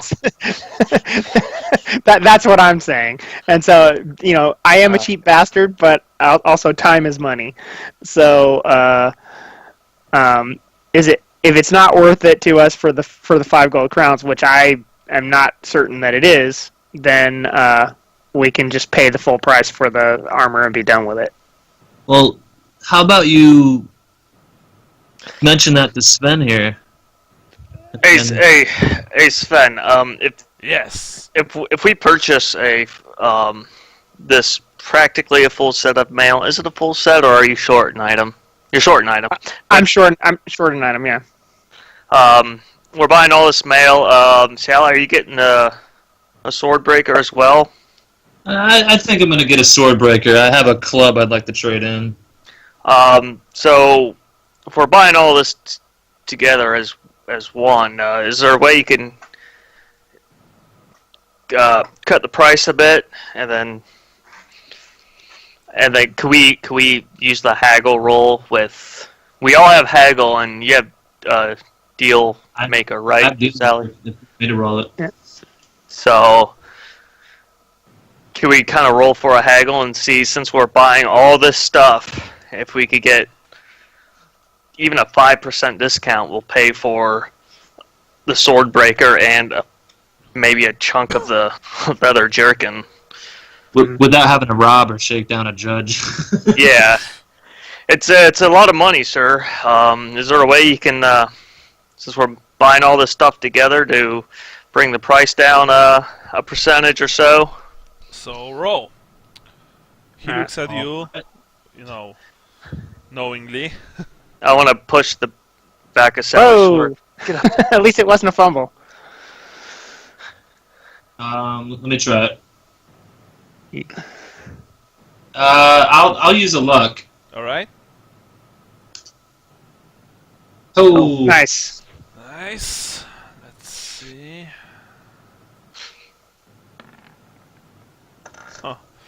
You haggle pretty well, little man. Very well.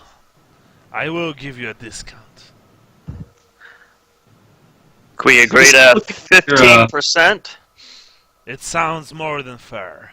Not every day a group of strange people wander into my shop, and I don't want to kill them instantly. So, 15% sounds good. Alright, so... my own club. Alright, supernumerate. Yeah, okay, I was like, so what's the total price? Or are we just doing 15% off each, Does he have supernumerate? We like Yeah, I do. confuse I him. do. But I, No, also I mean like, does he? 5 for the Swordbreaker. Did you say it was 12 for your armor, Jason? 12 if I just bought the jack, or what did you say? You said 20 if I exchanged for all new stuff. So let's do. Yeah. Let's do 12 because I can't afford 20 So, gold crowns worth of stuff. 117. What's or maybe we should just do our discounts separate? That would probably be easier. Okay. Well, so was he going to give me a discount on 110 or on 115? 115, I guess. 115. Yeah. So you guys have to like count it yourselves. Yeah.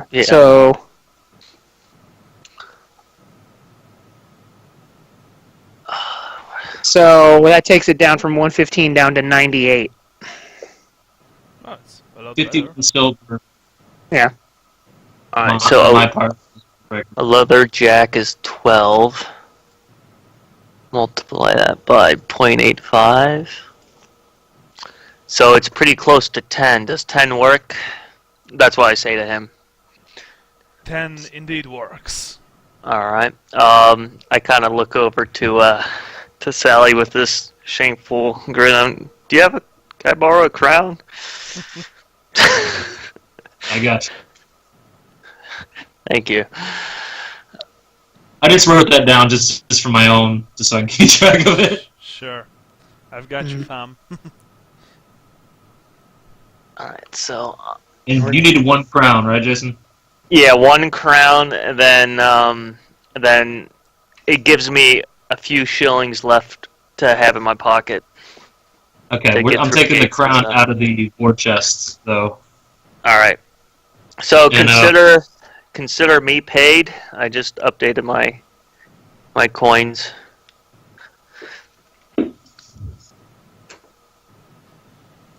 So, you've bought what you wanted from the man. I presume, right? Yes. Mhm. Alright. I'm gonna give him my old club and tell him it's from down south and it's seen a lot of blood, and I want him to remember that when he sells it to somebody, to sell it to somebody worthy of it. I will. Thank you, Halfling. It's my gift to you. Thank you for your business. This is I can see that this is a fine weapon. I will make sure that it will find its way into fine hands. Thank you, sir. Oh, it is I who must thank you. Like I said, I don't have too many customers these days.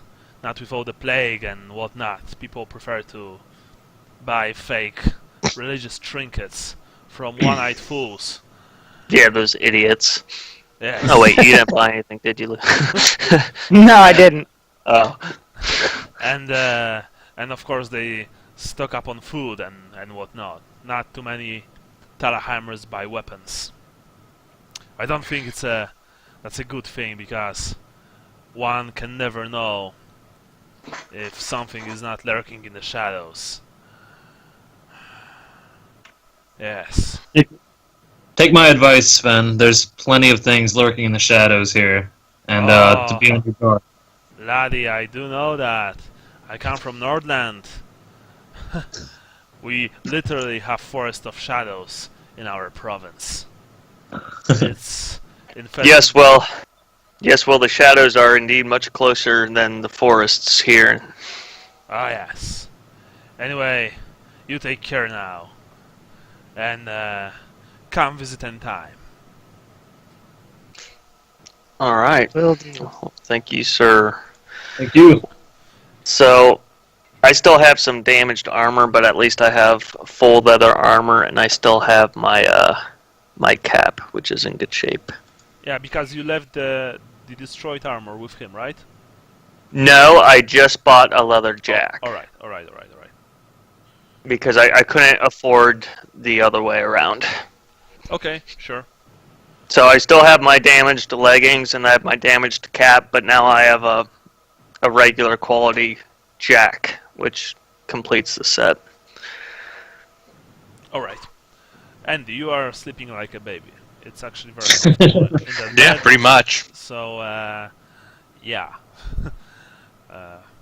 You're having a good time. Just so you Hey, know. it'll give me a hit point or so it's totally worth it. Yeah, it will. All right. Free hit points for everyone. Actually, now that I come to think of it, after today, after like this day's night, you can, each one of you can add 2 hit points to his character sheet because the free apples have, such great actually. They have such Good. great food and Yeah. accommodation that you are regenerating faster. Yeah, it's hard to beat it. Yeah. All right. Well, I guess that's Each get 1, you said? What? 2. 2. Oh, 2. Yeah. Okay, but- I'm up to full. 2 come to tomorrow morning, correct? Yeah, exactly. Tomorrow morning, Okay. each one of you will have Okay. regenerated 2 hit points. Sweet. So, you're standing outside of Sven's shop. It's afternoon. Soon the sun will slowly settle down, and your inn is right next to the Talbaston. So it will be getting pretty dark very soon because the crater's walls are actually blocking rays of the sun. Yeah, I'm good for turning in for the night. If everybody Yeah. else is. Sounds good to me. Back to the 3 apples. Yeah. So you return to 3 apples. Tell me again how each of you slept. Like Like a baby. no, I mean the rooms. The rooms. Who slept? It was me and Gennaro in one room, and then everybody else in the Yeah, other. Oh, all right. Right. So, Sally, as you enter the room, you see that Gennaro is sleeping, like, right and proper. He's snoring. He's shivering a bit, but he looks a tad bit better. While the rest of you enter the room and you see that Lucas is also sleeping like a baby under the sheets. Actually, it's still afternoon when you are going to sleep. It's like late afternoon, but still. Although you are pretty tired. Yeah. After all, the whole ordeal in Talgat, the travel through the Talbaston, and the encounter with the vicious ratman are still fresh in your minds. So, each of you go to sleep. Tomorrow, next day. First of all, I need to roll for Gennaro. And it's good thing that he has a reroll. Alright. Next day, you are awakened by shouting from downstairs. Like, someone shouts really loud, so, you've just... each of you has been roused from your sleep. Is this the middle of the night or it's morning? No, it's morning. You see that Okay. outside it's already bright. Well, as bright as it can be since the sky is overcast and it's raining lightly. But you can hear shouts from downstairs. Everyone outside! All men outside! By the order of the Countess! All men are ordered outside! All right. I'm going to get dressed in my all my gear, just in case Yeah. shenanigans ensue. Yeah. Yeah. Like I'm grabbing everything. Um, I'm not leaving anything So- in the room. should we bring Gennaro outside, or should we? Well, I don't know that we have a whole lot of time. If he can stand up and pass for not being sick, sure. Otherwise, I think you throw a blanket over him and just hope he stays unconscious. Yeah. Honestly, that's probably I would probably not even bother going to your room. So it's all up to you, Sally, on that one. I'm Everyone worried outside that will be checking the rooms in 3 minutes. You Okay, have 3 Jeanette's coming. minutes to exit the rooms. You can- Alright, back I door hope maybe? Jeanette- Well, for just you two? Yeah. Well, But- technically, you're not a man, so Yes, that is true. Yeah, but Gennaro is. Well, Yeah, he's a Talayan. well. Anyway, the three of us. I'm gonna. Heard that, you asshole.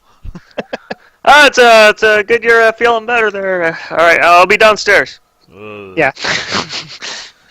So who yeah, I'm who gonna get on. exits his room? I'm going downstairs once Yeah, I have all my yeah. gear together. All right. Yeah, I'm putting on all my stuff and heading downstairs. As you exit your rooms, you see that there's a commotion downstairs. People are exiting the inn, males mostly. The few women who are staying in the inn look at the whole thing with, uncertainty.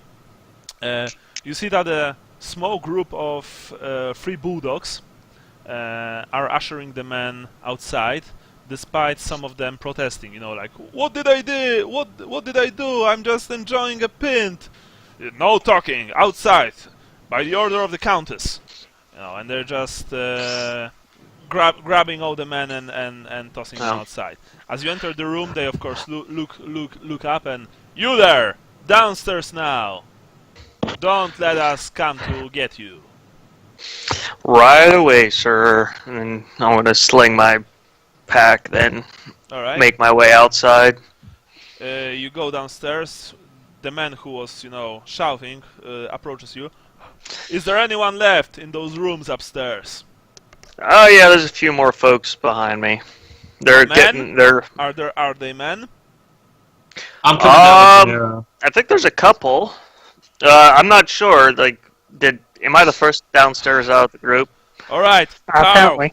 Carl, Okay. Lager, check those rooms. See if anyone is hiding there. Yes, sir. Yeah, there's a couple guys finishing getting their stuff in order, but they're on their way down. I see. All right, Carl, Lager, you can wait. See if they don't come out. If they don't come out in 2 minutes, go get them. Yes, sir. Yeah, I know my at least one of my colleagues was Enough woke talking up a little late. outside. Can I use blather? What? Just to distract blather to distract them. You can try. Just to delay things. Yeah. Let's see. I want to use that. I never used it before. Should be right behind you. Yeah, but I think he's trying to make Gennaro not as noticeable. Yeah. Yeah. I have it. I think. Yeah. By the way, is Gennaro coming out or is he staying inside? He's coming with me. He can't stay in there. I think that's what they're looking for, is anyone that's sick. So everyone's heard the cover story. If they ask. Oh, so you guys are coming out. All right. That's So What? I guess that's fellowship. I don't know how to use blather. It's just you roll for fellowship. It's an opposite test. okay. Well, successful.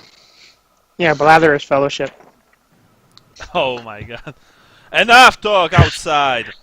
Well, I want to tell you. Wait a minute, the man says, looking at Gennaro. This man is sick. By the way, if you guys want to see, I've rolled 0-2. It's like 1 less than the perfect score that you can achieve. So this guy is he's not having any of it. Bye, Tao. This is horrible. You there. He points at you, Sally. Get this man out of here and take him to the side outside. Like to the left side. Carl Lager. I go with Gennaro. Escort them. Yes, sir. And, you go outside, Sally, with Gennaro, who, at this point, it's impossible for him not to look sick. It's literally impossible for him not to look sick. That's why the sergeant or corporal or whoever he is just, spotted him. Because, despite the medication that Dauber gave him, he's still pale, shivering as crazy, sweaty, and the the gray patches are visible on his hands and on his neck. Very, very well.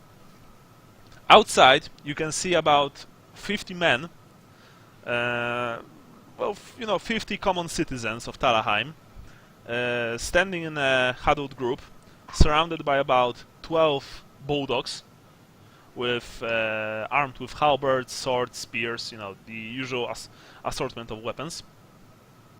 They are all nervous. They are speaking quietly to each other, and sometimes you can hear, "What's all this about? I'm honest citizen. I'm paying my taxes. How dare they do this to me?" Something like that. While you take Gennaro to the side,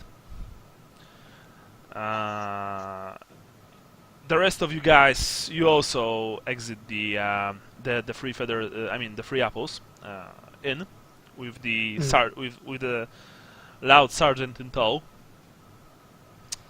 The sergeant ushers you towards the group, so you are all standing together, and then are we all standing together, or did just Sally and Gennaro get called out? No, Sally and Gennaro, it's a different matter because like a few meters. I wasn't sure what group you were talking about. I'm talking about the big group. Okay. Because a few meters after a few meters, oh my God, sorry for today. I haven't slept much because I was actually bringing my girlfriend to the airport, so I'm like a bit hazy. Sorry. After walking a few meters, the two guards take Sally by his arms, and rather unceremoniously they just dump him right into the big group. While and right after that they cover their faces with masks, like bottom masks, grab Gennaro, who almost fell as Sally let him go, and they just take him away. What is the meaning of this? Someone alert the foreman. This man is sick. All sick men are ordered to be brought to the tallows. Just sick. This man breathed in powdered dye. Don't Someone make get the a fool guildmaster out quick. of me, halfling. I'm not having any of it. Do you think he's the first sick man that I saw since this whole plague started? Are you guys just throwing him into the tallows? Is that how you're dealing with the plague? Yes, we are throwing him to the tallows. If he's strong, he'll survive. If not, well, then it's his time to visit more. Anyway, that's not important. What is important is, by the order of the Countess, you are all hereby conscripted into the city's watch. You are all bulldogs now. Congratulations. You will, of course, receive the coin, the usual payment, which is a single shilling per day. Sorry, not single shilling, he says single penny per day. And you will be assigned new duties, which you will, of course, carry out for the glory of Talabheim and our glorious Emperor Karl Franz. Karl Franz! Karl Franz. We'll take care of the sick then. No, you will not. I want to start coughing. You are starting coughing. He looks at you with the look like, seriously. Anyway, now we're going to divide you into a few groups. Then you will receive your first orders. You will report to your commanding officer at the end of the day. Failure to do so will result in you being arrested and thrown out to Talagad. Sir, excuse me, sir. I'm gonna hold my hand out. He looks at you with question. a look like, seriously. Yes, what is it? Is there any way I can, I have business in the Temple District. Is there any way I could be stationed there? As I was saying. And basically he begins with the help of his associates, of his men, he begins to divide all of you into groups. So, quick question, and this is out of game because I was a little confused as to what was going on. Everybody that was staying at the inn is being forced into. Is conscripted. Okay, cool. No, just wanted to make sure. Not everyone in the inn. As you look around the street. The men. The men. Yeah, as you look around the street, you see that the town watch is pulling men out of their houses. You know, elderly, young, no matter the age. Some of them are, there are women running outside and crying, "Leave my husband alone! He's sick! He's sick!" No, he's not. He's fine. He can serve. Now everybody has the plague. Yeah. But I have the plague. No, you're not. Whoop! And the man who was trying to bluff his way out just received a hit from the butt of a halberd to the shins, and he yelled in pain. And you can guess that probably this sort of thing happens all over the town. Alright, well let's try sticking together as they start shuffling people around. Actually, fortunately, despite this whole thing being kind of mad, the authorities of Talabheim are not stupid, and they know that people who know each other work better together. So very soon, you are all in a single unit, and you are led by a young corporal named Dieter Kopinski. Despite his young age, he looks like he knows what he's doing. He's got this puffy cheeks, bright eyes.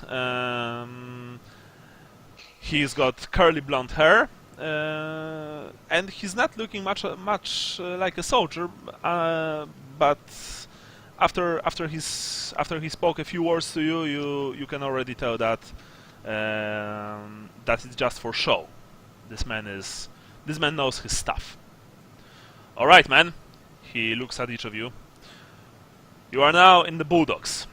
Actually, from now you are known as pups. I'm your commanding officer. I'm just here to make sure that you'll be staying alive, just as you will make sure that I will be staying alive. They haven't hauled a Gennaro away yet, have they? Yes, yeah, they took him away.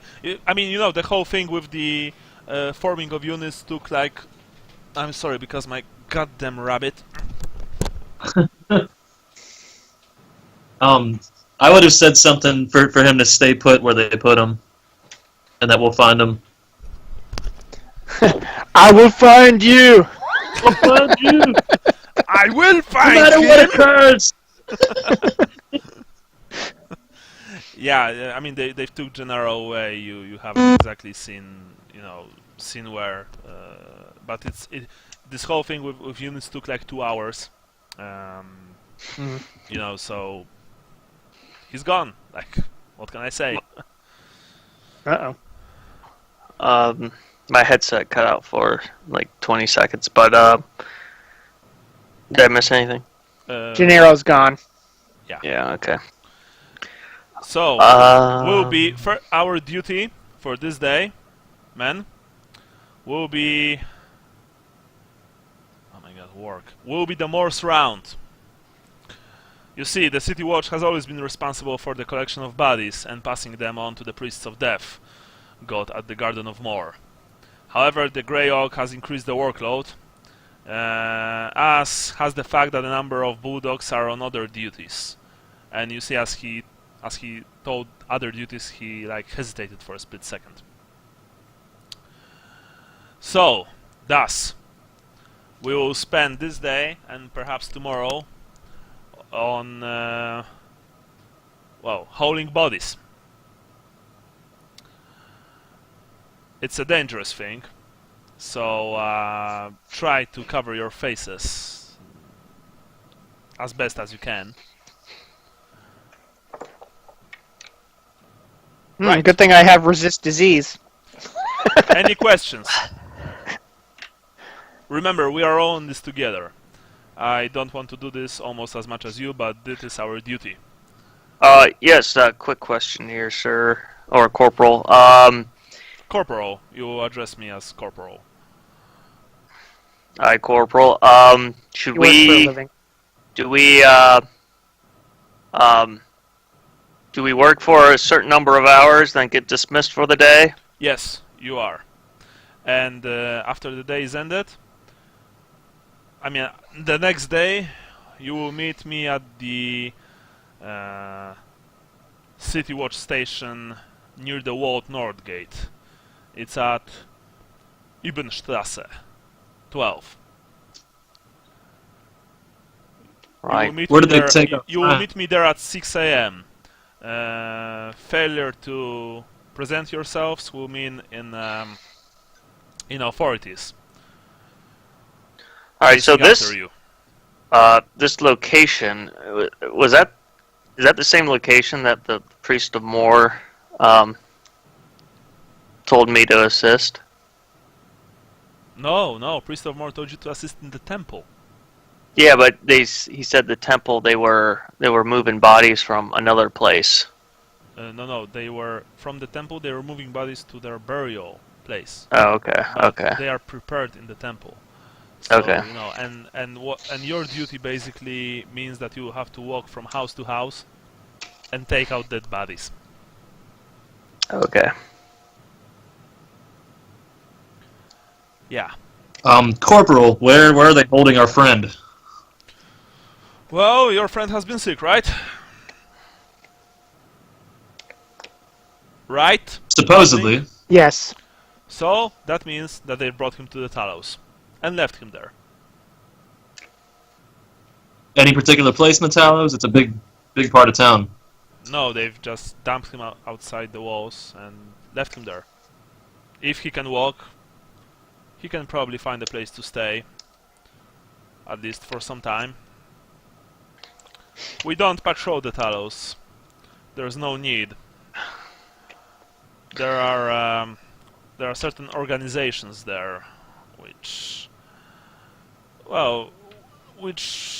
we tend to leave alone if they don't cause too much trouble.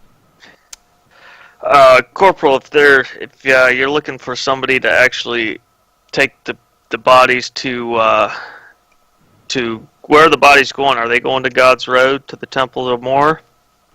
Yes, they are. Because I would volunteer in taking them there. We will all. I don't know what duties. Private. We will all take them there. Don't try to be a smartass. Right. I'm going to show you how it's done. We are going to take this street first. Let's see if anyone's died recently in that building over here. And he just, points towards like a random set of doors. Anyway, I'm not going to describe this whole day because you've basically spent the whole day just walking from door to door with taking special interest in the doors marked with a red X or with a white rose. Sabina's rose, symbol of Shalaya. You've walked inside. You've asked if someone passed away from the plague. If someone did, you've took out the body or the bodies, because in one house you found a whole family dead in their beds, including children. It was horrible. And you've dumped the bodies on a cart. The cart is pulled by you, Leopold. Today you are on cart duty. And basically this whole day looked like this. Just going from door to door, seeing if anyone died, and at the end of the day,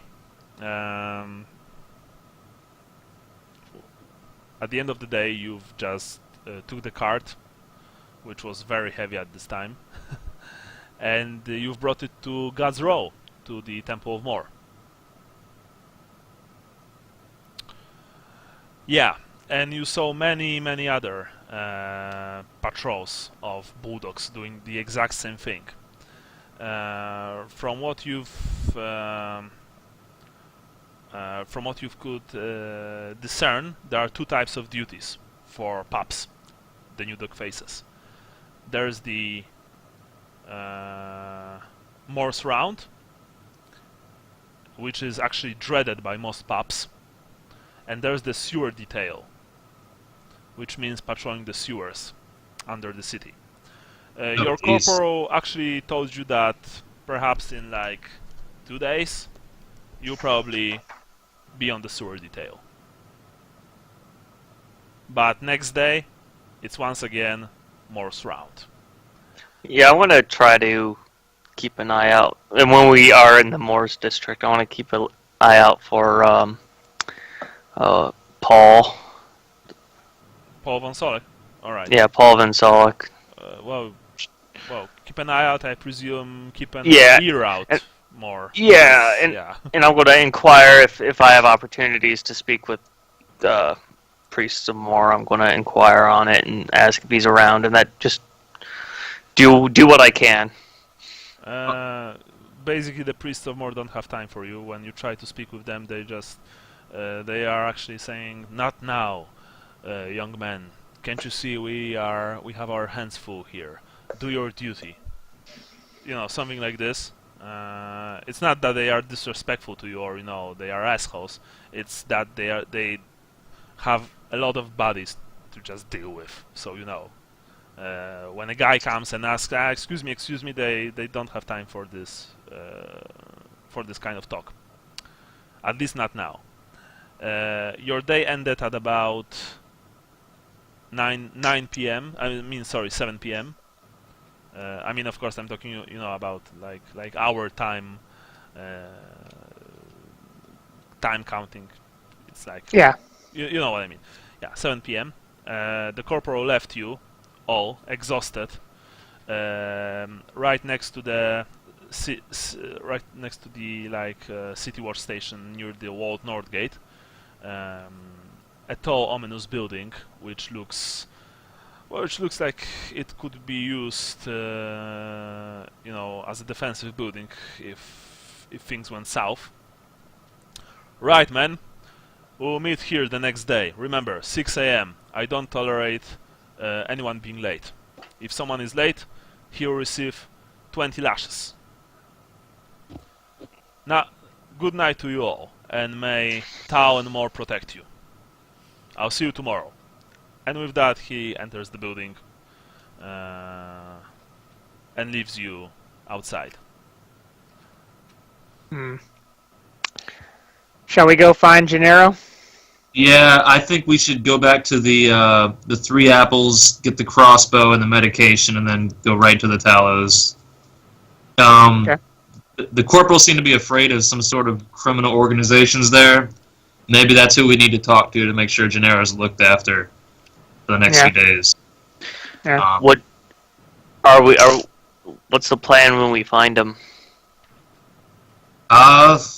We'll look for thief signs to see if there's some sort of a safe house or something, or we could talk to somebody who pulls weight in the Talos. Just make sure he's squared away, but keep him. Yeah. Just so we know where he's at. Do we still have our rooms at the 3 apples? I mean, we're paid for the week, right? Yeah. Well, I mean, what's to stop us from just bringing him back to our rooms and putting him back there? Probably everybody who witnessed the event might still be there. Yeah. Oh, well, yeah. There's that. Okay. Sorry. I'm just spitting. No, I'm assuming. Yeah, I'm assuming that would. Yeah, a lot of fingers will be pointing because they don't want to have that again, and if they see somebody that was confiscated, they would probably point us out to save themselves. I'm not opposed to murdering people if we need to, but okay. Yeah. Guards included. Yeah, exactly. Officers. You are basically all dead tired. You haven't eaten anything because there was no time. The corporal told you that only field rations are allowed to be eaten during your day duties. and yeah, and that's what it looks like. You can also see many other exhausted men on the streets, walking back to their houses or inns to sleep off, to just try and get some rest, to eat something, perhaps drink something, and then go to sleep. Yeah. We kind of rushed over this, but like Vincent's demeanor while dealing with the bodies is more. I imagine a lot of people are doing it reluctantly, but I'm trying to do it as reverently as when we come across a dead body as possible.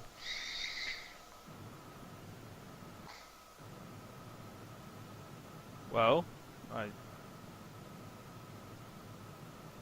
but that's it. Yeah. Yeah. So I don't know if you guys want to go back to the free apples or go to the Talos. I mean, it's dark, it's cold, and you know one thing, because you've heard it during your stay here in Talabheim, that the Talos are extremely dangerous place, especially after dark.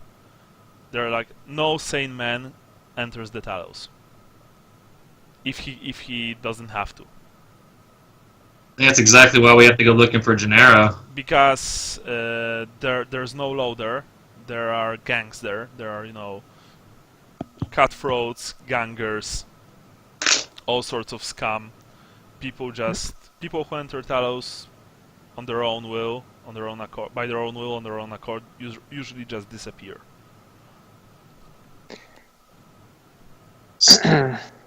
Yeah. Well. Yeah. I think A, we don't leave Gennaro behind, and B, we're also dangerous people. Yeah, we're all going in with crossbow ready to shoot and weapons out. I mean, we're treating it like a dungeon, basically. Well, yeah. Mm-hmm. Yeah. I mean, what say you all? I'll follow the lead of the party. If that's what you want to do. I'm all in. Yeah, I mean, Gennaro saved our bacon enough times that we can't just be like, oh well. We need to make sure that he's at least looked after. I don't think we should just let the crossbow bolts start flying. We should find out who the most dangerous person is, or who's the most dangerous organization is in the Talos, and see if we could arrange something. Pay for them to look after Gennaro until we return, or whatever.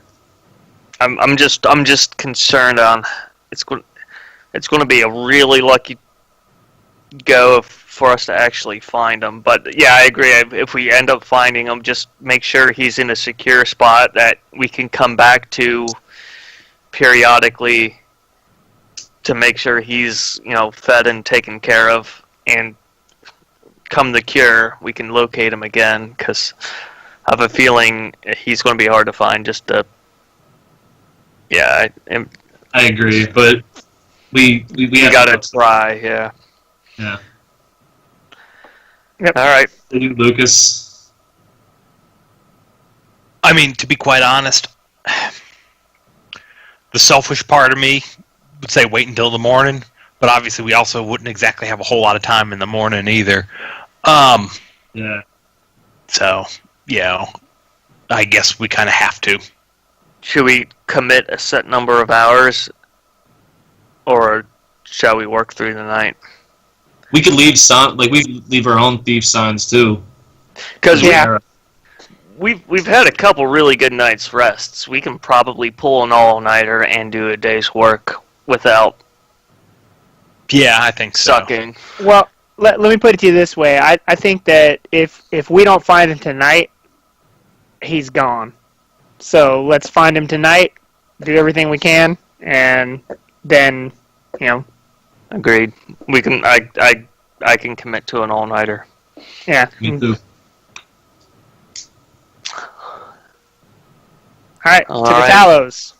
All right. Hey, can we take a quick break? Yeah, actually, it's a good idea. Okay. Very quick break, and we'll be back. All right. Okay. Okay. All right. Sounds good.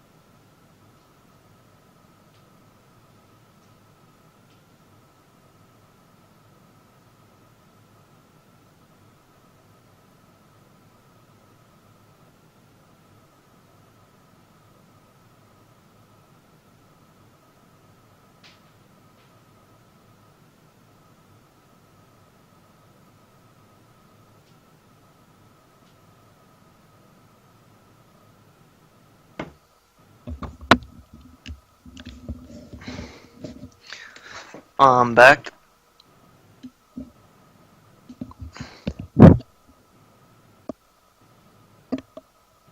Hello?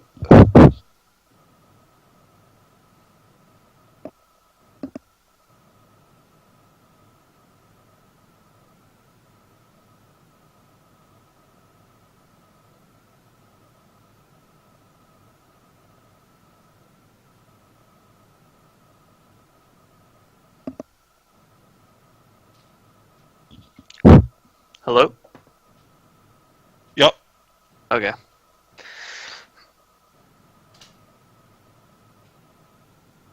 My microphone mute light was on and I couldn't turn it off.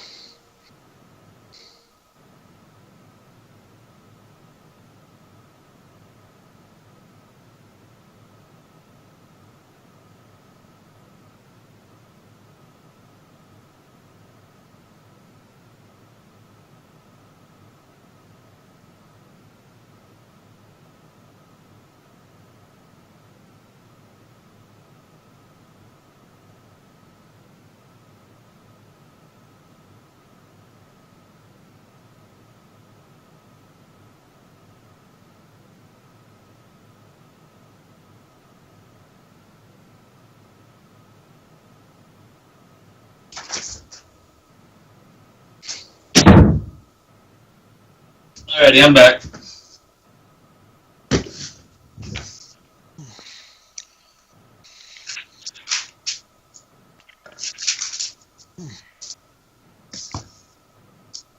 It's a pretty intense rescue mission coming up here. Yeah. Yeah, I'm just trying to figure out how we can. Maybe we can find out what gate they're all taking them, because it's probably relatively regimented where you take the sick people, you take them to this gate, you push them through, and then you close the door. So, like, maybe question whoever's on the street. I think we Where asked they've our corporal taken like before he gets too far from us. No, I would have just thought it would have been the closest gate. There's only two gates, that are right by, or in the vicinity of where we are, and so I would just think it would be the closest one. Does anybody want the crossbow? Because the crossbow's back in the room. Unless Gennaro would have taken it, I don't know. Yeah, I'm not. No, probably not. And I don't know that a crossbow would be terribly useful at night in a situation like this. Yeah. Would it? Well, I mean, if it was like a bow where you could, knock off a couple of shots real fast, that's one thing. But we're just thinking a little bit of range support. It could be very intimidating. Like, it's probably more intimidating than. Yeah, but it's also the kind of thing that's going to mark you out even faster as somebody to rob. The guy with the crossbow? Yeah. Exactly. Because it's the kind of thing like, if you're a gun owner, you don't tell people you're a gun owner because they know you got valuable guns. It's kind of the same thing if you're walking around with a crossbow. That tells people you got something. And so, usually people don't try robbing people that are holding those guns, though. Yeah, like, we're going to have our weapons out, ready to shoot anything. One, we're in a fantasy world where people do things like that. But Is it open carry in Talabheim? The other thing, too, is, you're often looking at, there's, 4 of us. There might be 15 of them. One crossbow to 50 isn't going to be very scary to 15 of them, especially if they can take you from behind, True, but it can make it 14-4 pretty quick before anything. I agree. Like, I'm not going to be able to carry. I'm not going to handle a crossbow. Do you think we can appeal to the corporal to come with us? Like, make some kind of speech about loyalty or something? Like, no, because his job duty is his job duty is to get those people out. He ain't gonna. In fact, I think if we even go tell him we're trying to go bring him back in, I think it's gonna. Well, no, we're not trying to bring him back in. We're just trying to make sure he's looked after while he's there. Hey, yeah, he's going to see that as a fool's errand. Okay, I was just looking at the numbered places in the Talos, and the 2 closest are Fishmonger's Alley and Holler's Corner. I don't know what Holler's Corner is, and then there's also the Black Lantern. So it would have been the closest one to 15 on the map, which is the 3 apples where we were, right? Right. Yeah. So that gate, and then if you go directly down, 13 is directly down from that closest gate. So if you go to 15, you go down to the M, and then over to the E, and then straight down from the E is the gate. So the Talos. And then number 13. 13 is the Fishmonger's Alley. Okay. Yeah, and then 11, right to the right of it, it says Holler's Corner, but I don't know what that is. And then if you go, like, or not smack in the middle, but, like, over by the wall, actually kind of like where we came out, that's the Black Lantern. Okay, right? I think we need to go in forcefully, but at the same time, don't just kill anything, because we're going to need the help of whatever criminal organization's in there, you know what I mean? Oh, yeah. Yeah, no, I absolutely agree. I'm looking for thieves signs again is a good, you know. I don't know if my roll last time was super lucky or not. Like, we need to be taken seriously, but we can't go in and kill everybody, basically. You know what I mean? Yeah, no, I get you. I think that's reasonable. Just throw a couple cross fingers at people and try to say, well, make it worth your while if you take care of our friend. So, do you want me to do range support with the sling? You have a sling? Yeah, I'm pretty good with it too. Yeah, I'm equally bad with a sling and with with a weapon. So. Yeah, like essentially, I'm trying to not get charged under any circumstance. I want to like pile in on top of somebody instead of like getting charged. So. Mm-hmm. From here on out, I'm falling back a little bit if I have to at the beginning of combat, just so I could like add that bonus to whoever needs it later on. Right. No. Now that I'm finally in an advanced career, I'm on the cusp of being able to actually do things, but I need to live. Armor. Yeah, well, I need to live long enough to earn experience to get to bump up my, because now I can actually, you know, get like a 50% in something. Okay, so did you guys decide on a course of action? I mean, I'm sitting here listening to that, to your speech. It's like 7:15. Mm-hmm. Yeah, let's just step it out straight there, right? We're not taking the crossbow. No, yeah, let's not take the crossbow. Let's just go straight for we're heading for that gate that we think would be closest to where they dumped him off. The one if you look at the gate closest to the rat holds. All right. Going Gallows. Okay, cool. Sure. Because we assume that they didn't parade him through the whole town and take him, you know, to the furthest away from where we were. Yeah.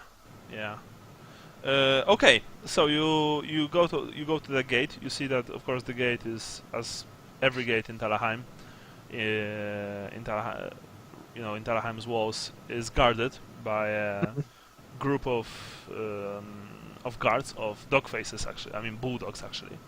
Yeah. They look tired. They look, fed up with their duty, because I mean, there's a big chance that they also did the Morse round, or maybe visited the sewers. And as they see you approaching, they're like, "What do you want?" Are they also draftees essentially, or conscripts? Some half of them, yes, they're draftees, and the other half are like proper bulldogs. You know. So the Talos is in lockdown then? There's I'm assuming it is. No, it's not. Oh. It's not in lockdown. You just have to pay the fee. Oh, okay. We're on official business. And what business is that? None ya. Excuse me? None your damn business. Let us through. I don't know if you've noticed, Private, but you are speaking to a sergeant. Busted. Yes, so give me a damn good reason not to have you flogged right here, right now. Sorry, sir. We had a hard day where we're going to a brothel, and we'll be back by our next shift in the You morning. are going to a brothel in the Talos? Meager wages. What the fuck? Hey, Alright, you know what? I don't even care. You want to go inside, go inside. Man, let them through. It's them damn funeral. It's their damn funeral. Well, once we get our first stripe, then maybe we can afford something better. Of course. You see? And as in stripe, I mean rank. Yes, I know what Yes. you mean. I'm not fucking stupid. Get out of my sight. sir, yes, sir. You know, they've Aye, opened- Corporal. Oh man. He doesn't even care anymore. I'm sure they get that from conscripts all the time. You actually Yeah, saw that some of the conscripts snickered at your remarks, so you know, Yeah. at least they can sympathize with you. Yeah. So they've opened the gates. I've Beyond got the my gate- sling ready to go. Yeah, beyond the gates you see that it's almost pitch black because the Talos, there are no light sources in Talos, almost none. This place is like the labyrinth in Noun. The streets are so tight that sometimes you must walk like in a single file. And you know there are no light sources other than you know, some measly candles burning in the decrepit like buildings in which people presumably live here. Although living in the Talos is a bit of a stretch, honestly. So as you enter this Tal Forsaken district, and as you hear the gates behind you, getting closed, you're thinking if that was a really good idea to go here. You guys want me to pull out my lantern and light it? Or do you want to be more stealthy? I just worry that pulling out a lantern will. Yeah. I get Yeah, you. but the problem is that you can see. Right. You Right. literally Yeah. can see. Even So- you can see Sally because there's no moon. There are no. Yeah. no Then in that light case, sources. I guess we have no choice. Yeah. Okay, I light my my copper lantern. So Sally, maybe you ought to be calling out and Talayan. Yeah, and we're searching for thief signs or any sick people. Yeah, and I think obviously weapons in hand. Yes. Yeah. Order of movement. Should we kind of Yeah. keep with the same? Should I? I'm still a little wounded, but I gotta can lead. show my toughness. Well, I've got the mail on now, so if you want, I can go first. All right. I'll be behind you since I have the spear. I can still engage in combat when things get close quarters. Then, perhaps. Okay. And I've got whatever I forgot what my hand weapon is. I think it's a sword now or something. I forget. Or would I just buy an upgrade club? I can't remember. You got a nice mace. Oh, mace. That's right. Blessed by Sigmar. How Yes. did you forget about that? You had a moment. That's right, because my club shattered or whatever. I'll be in the back with the sling. Yeah, I'll stay. I'll be in front of Sally. So you know, if I have to, in case somebody comes from behind. So you guys all have your hand-to-hand weapons ready, right? Yeah. Yes. If we get rushed, I'm gonna need one round to get my stuff out, and then I'll jump in with whoever needs it. Cool.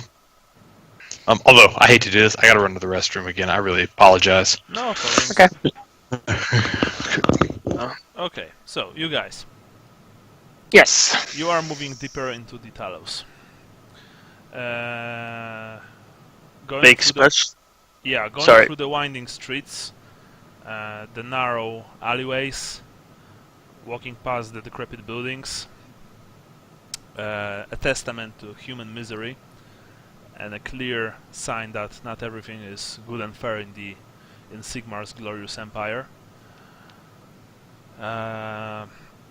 You are going deeper and deeper. Now, you don't. I mean, does anyone have navigation here? That's a good question. I think Lucas might. Lucas because might. he let us Yeah, I think he does. when we were traveling outside of. Well, if he does, then Talabheim. he'll have to test it because you are basically, walking through a maze.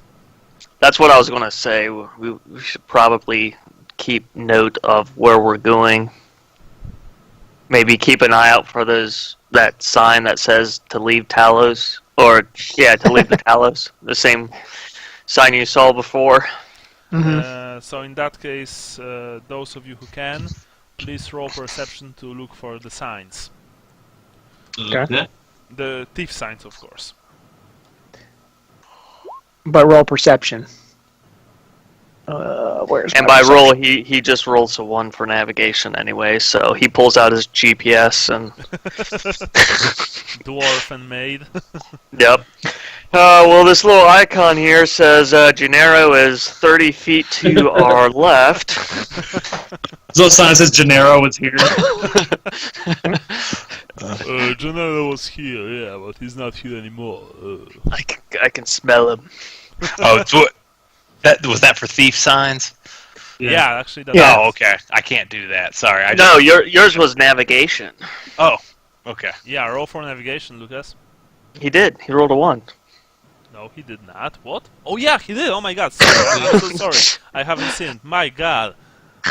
Great. That's what we were saying. He whipped out his GPS and. I was thinking that you were kidding. All right, sorry, my bad. I'm like Thief signs and navigation. Hell yeah. this one's completely on me. All right, Lucas, you are for some reason you are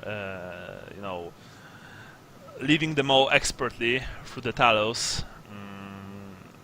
By that I mean that you will know how to go back. Awesome. Because the Talos are, like I've told the guys when you were in the John, they're like maze. They're like this dark, forbidden maze, full of misery, poverty, and crime. You can hear people shouting from... sometimes, of course, you can hear people shouting, crying. You can hear curses coming through side alleys. Although every alley in the Talos is a side alley, really, so you've walked past dead bodies. Didn't really know if they were, victims of the plague or perhaps victims of the knife. It's hard to tell. Anyway, Sally, you are too worried for Gennaro to actually concentrate on fighting the thief signs, but Leopold is there, and yeah, you found a few signs which basically tell those who find them to go towards the Daggerplatz. Daggerplatz. Yeah. Okay. Doesn't sound like a very cheery place. Not really. Actually, not really. The Daggerplatz is, if you can see on the map, it's this like open ground in the Talos. You see, there's near the north of the district. There's this, Oh, okay. there's this patch of semi-open ground. Okay. Yeah. Essentially the only sort of white area in the whole thing. Yeah, exactly. Okay. So past the Haulers Corner and Fishmongers. Yeah. Okay. Let's not get too far out in the open. If it's a Platz, it could be a trap. That's okay. The only thing about it being a trap, though, is that they wouldn't say. Well, I would think it would be less likely to be written in thief sign. Hey. Oh, well, who knows? But Yeah, sure. Yeah. So, So you enter the Platz. I trust it. The Platz, well, it's a square. I mean, Daggerplatz, means Dagger Square, really. It's littered with all sorts of detritus. This old wrecked barrels, like some kind of unidentified wooden debris, heaps of rotten fruit and vegetables, like something that stinks and isn't easily identifiable, so you don't really know or don't really want to know what it is. Yeah, it's not a cheery place. And as you walk through the square with your lantern outside, Yes. held in Leopold's hand, you suddenly hear, well, what do we have here? From all around, people emerge. Big, nasty-looking men, violent men. They are dressed in long, tattered cloaks. They held weapons in their hands, hatchets, clubs. Only one of them has a sword, probably a prized possession. The others have long knives. Some even have long meat hooks in their hands. And you shudder to think about how they can use them as weapons. There are about 20 of them, emerging from the shadows all around you. The man, Like surrounded, or? Yeah, essentially, yes. Okay. So fleeing is less of an option. You could try, but it would be hard. The man with the sword is the one who speaks. You see that he's bald. He doesn't have he doesn't have his left eye. There's in the light of your lantern, you see that there's a nasty scar coming through the left side of his face. What do we have here, boys? Some outsiders decided to visit us. So, who are you and what are you doing here?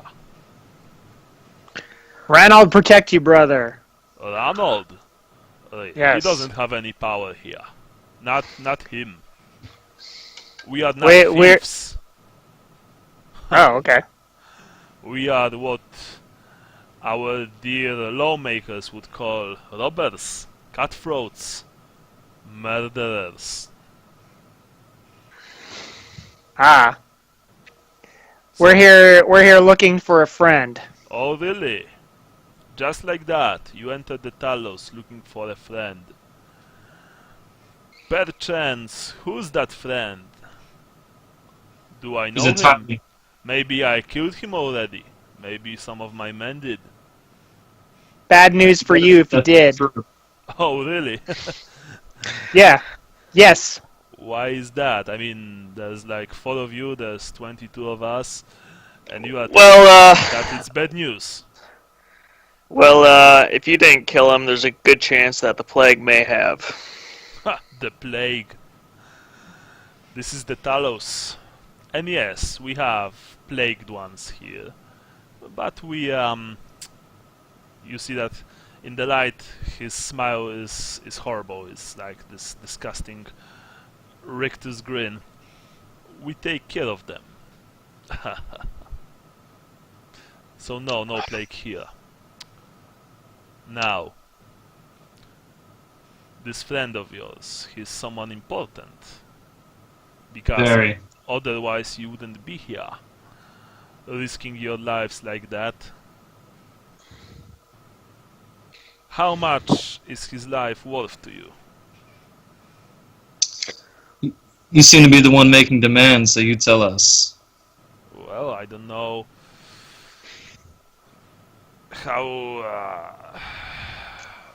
how much are you willing to pay for him and for yourselves while we're at it. We need to know that you have him first. and then we'll talk money. Alright, humor me. Tell me how does he look? He walks kind of funny, if you know what I mean. Oh, yes, the retard with the wooden foot. Ah, yeah, my boys have him. Alright. They've dumped him today, early. He stumbled into some of my men, tried to act all tough and scary. We taught him a lesson. And he's in good health. Well, for now. You see, that foot of his got us interested. It's very fine work for someone like him to wear. We were thinking maybe he was one of them noble boys, you know, who just got unlucky and was caught by the guard. Didn't had any money on him to bribe his way out of this whole situation. So we are keeping him. How much? Yeah, How he much takes is he things worth from to you? noble boys. I don't care about what he takes or what he doesn't take. I care only about one thing. How much are you willing to pay for him? Well, you could keep his foot. We're only interested in Gennaro. I don't have any need for his foot. I have my own 2 feet. So do most of my boys, and those who do not. He points towards one of the men, and you see that he actually has this peg leg. He looks sad. They are perfectly fine with what they have. Now, enough talking, enough jokes. Name your price, or we'll talk in a different manner. I'll give you 24 gold to hand him over right now, or 24 gold now, and then another 24 to keep him safe for us. And you see that they all just begin like laugh. Ha ha ha ho ho ho hee hee hee. Yeah. That's a Menacing laugh. yeah. The laughter is like, you know, is like infectious, and soon the whole Daggerplatz is just laughing. Are you taking me for a fool, halfling? 24 gold for someone with that kind of foot. It's obvious that he's nobility. It's obvious that he's worth much more. And besides, he's not from here. He's a Tylian. So maybe he's a merchant. Or a merchant's son. He's a cutthroat as well. Well, he's not worth. Say... He's not worth enough to bribe a couple of dog faces from getting himself thrown in here, is he? You are dog faces? No, the dog faces that threw him in here couldn't be Yes. bribed. So you think he's really a noble? Those dog-faced humans, a gold coin will have them doing flips, and yet they throw Gennaro in here like he's a penniless, sick old man. Well, because he is sick. If I would be said dog faces, I would just dump him here and leave, hoping that I didn't caught the plague that he has. Sick or not, a dog face isn't gonna turn down a gold coin. I don't care what the dog face will turn out or not. I'll tell you what. You pay me 200 gold crowns. You can have your friend. I'm Leo starts visibly shaking. He's like, I am feeling generous today, so the price is actually very good. And don't try to bullshit me. This man is clearly worth a lot. I look at Vincent and I say, I feel like the hourglass is about to shatter.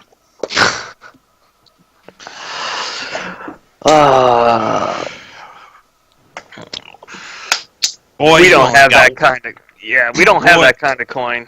Son, you only got one oar in the water. Do you think he's worth that much? So, what you want to tell me is that you are walking here without any money, and what you boys wished for a miracle to happen, for like I don't know, a bag of cash to fall from the sky and help you We with thought you your would want to make quest? some gold, and we made a reasonable offer. Halfling, here in the Talos we are perfectly fine. Men like me and my boys. We are not disturbed by the law. We are left to ourselves. We don't need money from you or from your kind. Or from the Talabheim itself. We've carved our own little empire here in the Talos. So there is literally nothing that you can offer me that would make me want to work with you.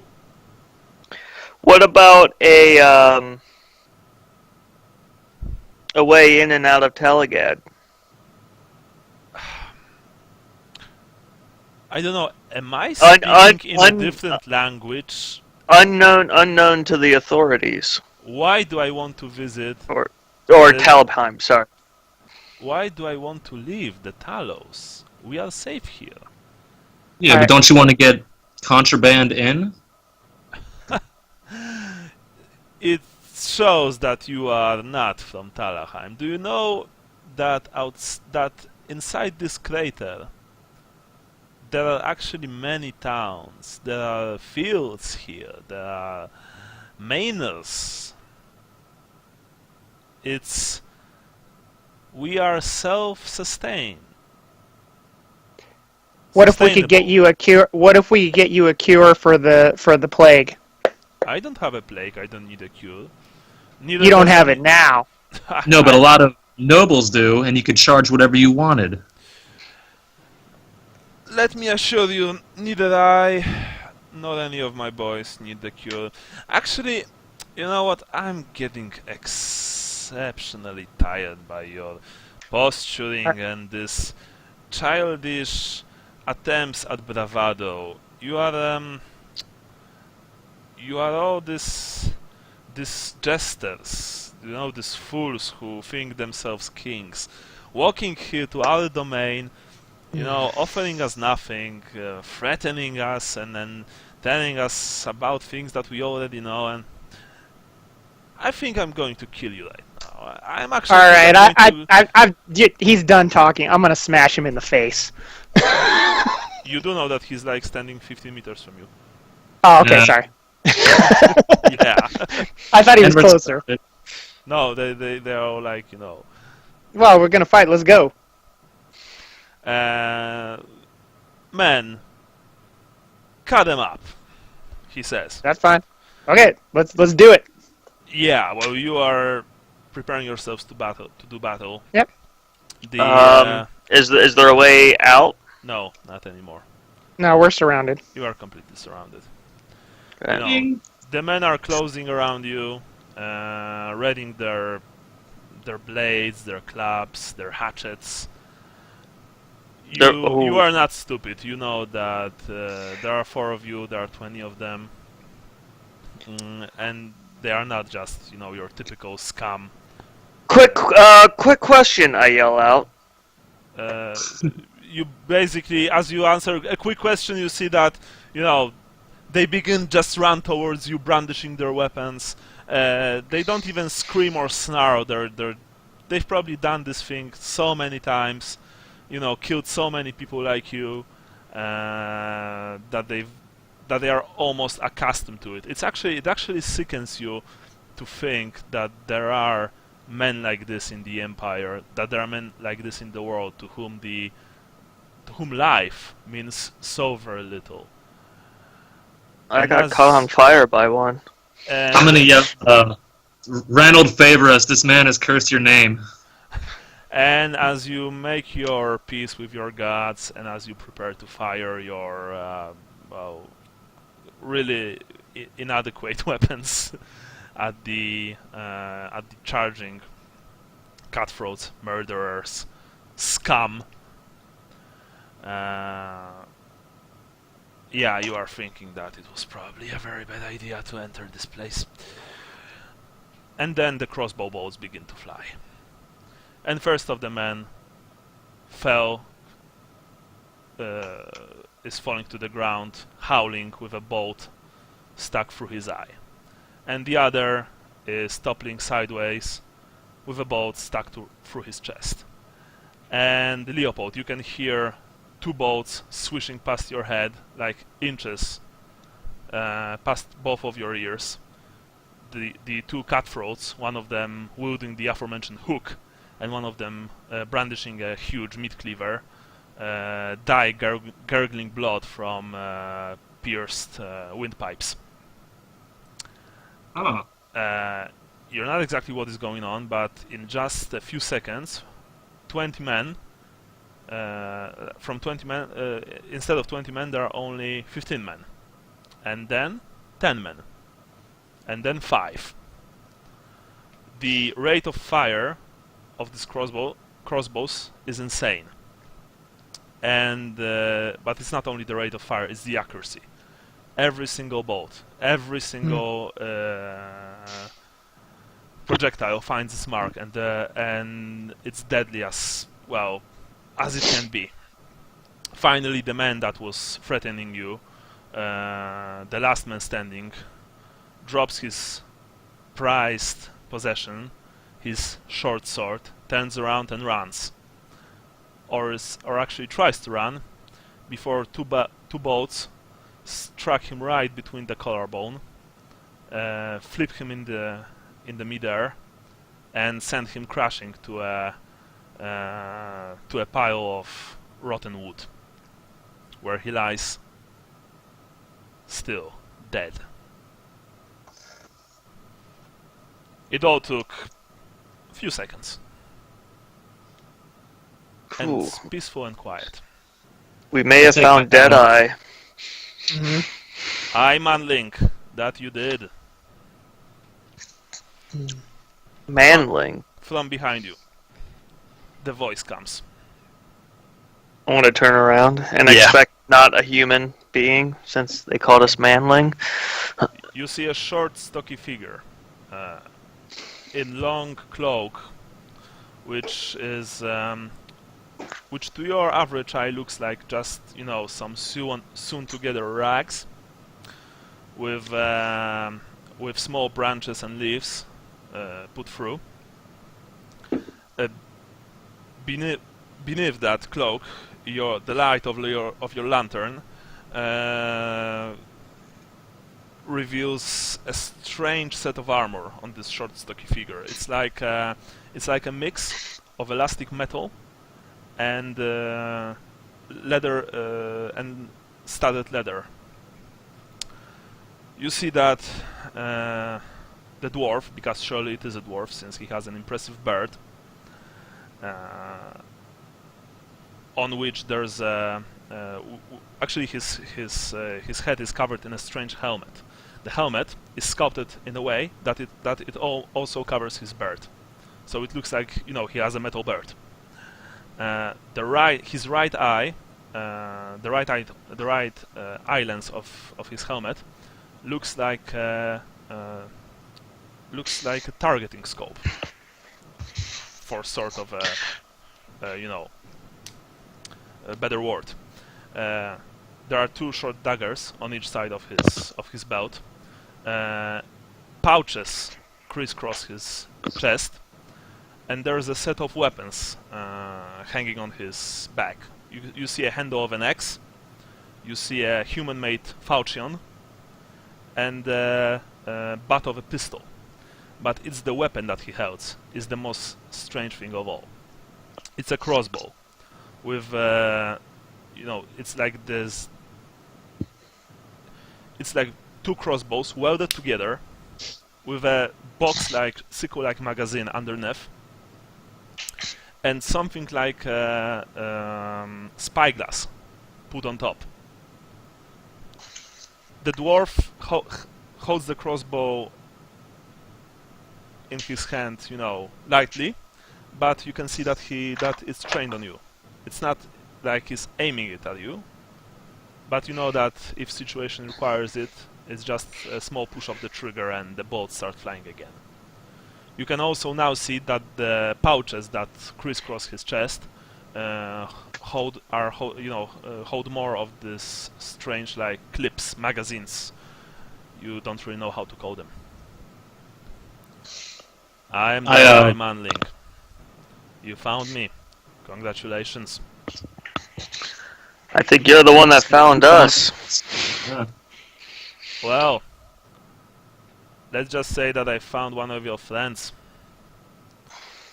He was, in his more lucid moments, he was concerned that you might come looking for him. So, now that we meet, what brings you to my attention? And more importantly, what brings you to Talabheim? Sally, do you want to fill him in? Our mutual friend with the shadowy armor sent us to meet with you. Ah, young Nihilus. Good to know. Now, of course, if he sent you, he also gave you something to prove it. I suggest that you give it to me, or I'm going to kill you all. Out of character, what did he give us to to give to you? A scroll in a tube. Yeah. Who has it? I was gonna say, hopefully it's not on Lorenzo. No, I think he gave it to Sally. Okay. I present the scroll. Toss it to me, halfling. And no I sudden toss it to him. moves, any of you. No problem, Mr. Deadeye. He caught the scroll one-handed, opened it, while still holding the crossbow in the other, the strange crossbow, which, as you now see, is made almost completely out of metal, and has a set of cogs, working the strings, the string mechanism. He opened the scroll tube, produced the scroll. He began to read it with probably one eye still trained on you. Wow, serves him about right, the tall lanky bastard. Very fine. That's all, thank you. And with that you see that he just turns away and heads to the one of the exits of the Platz. You said you found our colleague. As he walks away, I call out to him. What? Ah, yeah. Come with me if you want to see him. I follow. I'm going to run and grab that guy's sword. Alright. I was going to do that. Do you need a... No. Okay. No. Feel free. Because my spear is poor quality right now, so... Do I have time to bludgeon his corpse with my mace a couple times and spit on him? Probably not, since you see that this dwarf is disappearing into the shadows, so you know. Man, I so wanted to smash his face. Vincent, you've grabbed... I was hoping he was going to survive a few minutes so I could walk up and act like we had planned all that. Vincent, you've grabbed the man's sword, and with some interest and alarm you saw that the two bolts that are sticking from his back are not wooden bolts like most in the Empire, but are also made completely out of metal. But you don't really have time to ponder on this, since you know the rest of your team is following the dwarf, who disappears into the maze of the streets of the Talos. You see that he walks confidently, turning left and right, obviously knowing where he's going. He's not speaking. He doesn't say a thing. You follow him. it's for about half an hour you actually walk after this dwarf. And Lucas, you're the only one to actually realize that a few times you've made circles. Few times you've walked, through the places that you already been to. Eventually, you arrive at the door of a decrepit building, one of thousands of decrepit buildings in the Talos.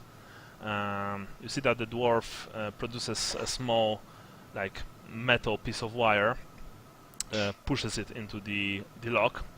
Something clicks. Aye, it's disarmed. Come on, let's go inside. Opens the door. Right outside the door is a small empty room, which once probably was the living room of this place. There's nothing in it, except for a trapdoor, which are revealed to you as the dwarf pulls a piece of filthy cloth covering the door. He opens it. Inside now. I drop in. Yep. Inside there's 10 meters where you have to walk in almost complete darkness, or well, you would have if you didn't have the lantern.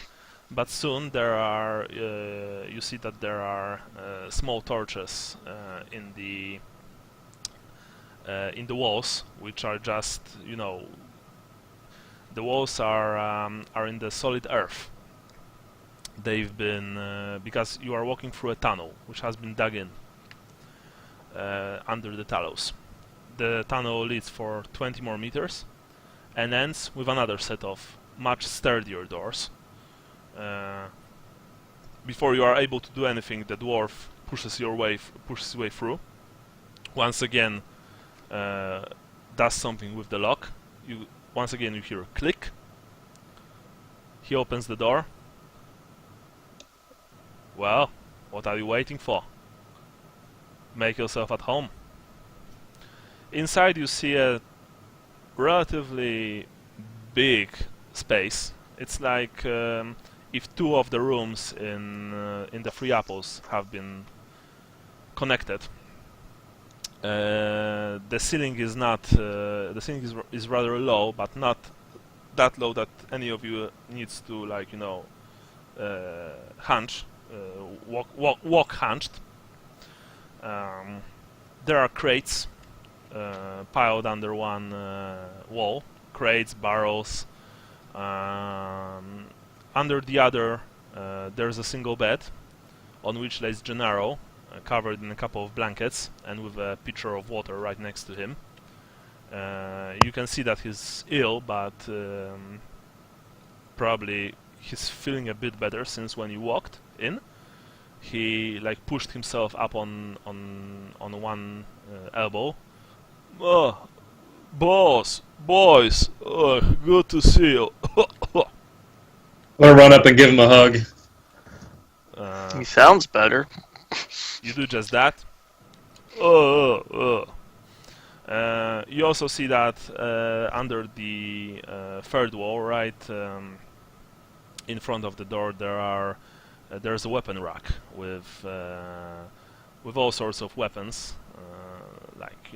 There are swords, axes, daggers, black powder weapons. There are a few pieces of leather armor scattered in one corner. Basically there's not much of them, but they could probably arm 4 to 5 people rather well. The dwarf closes the door, once again does something with the lock, and you can hear a click. Right, it's armed. He then takes down his hood, pulls his helmet off his face. Like with most of the dwarves that you've met, it's rather hard to tell how old he is. He has light blonde hair and a set of bluish tattoos run under his eyes, which are also piercing blue.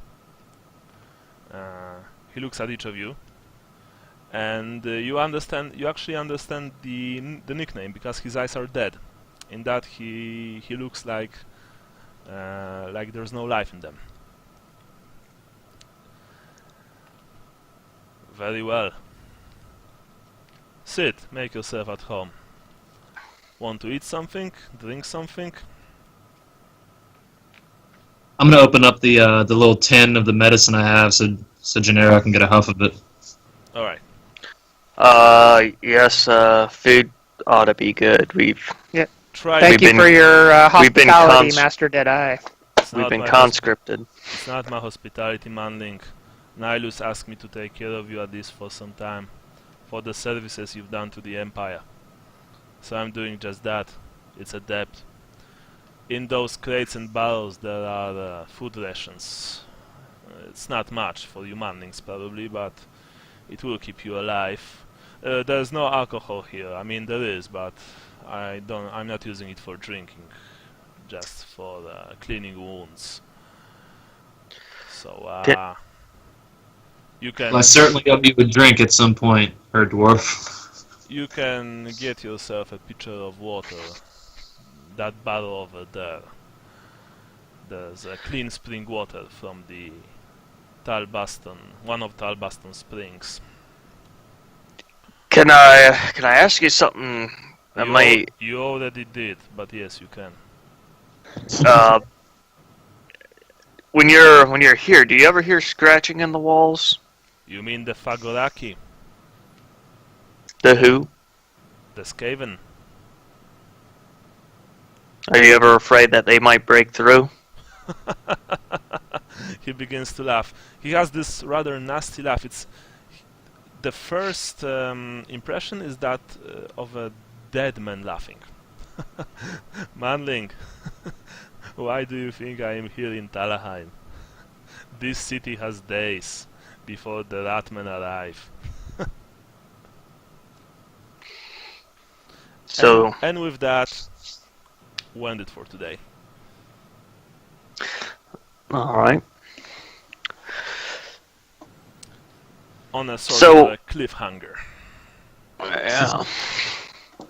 So that sword of mine, is there any It's a normal quality sword. regular sword? Okay. Yeah. With some, with some alarm, you've noticed that the owner of the sword apparently kept a tally of the people that he killed them with. Sorry, my God. Since there are scratches on the blade, like 3 scratches, and then the 4th one cuts them.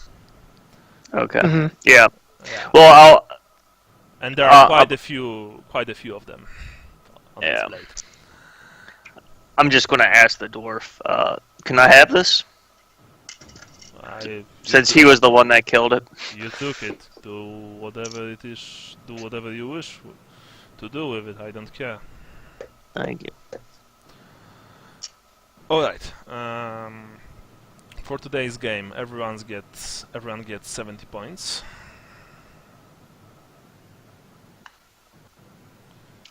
For your characters, each one of you gets 10 points.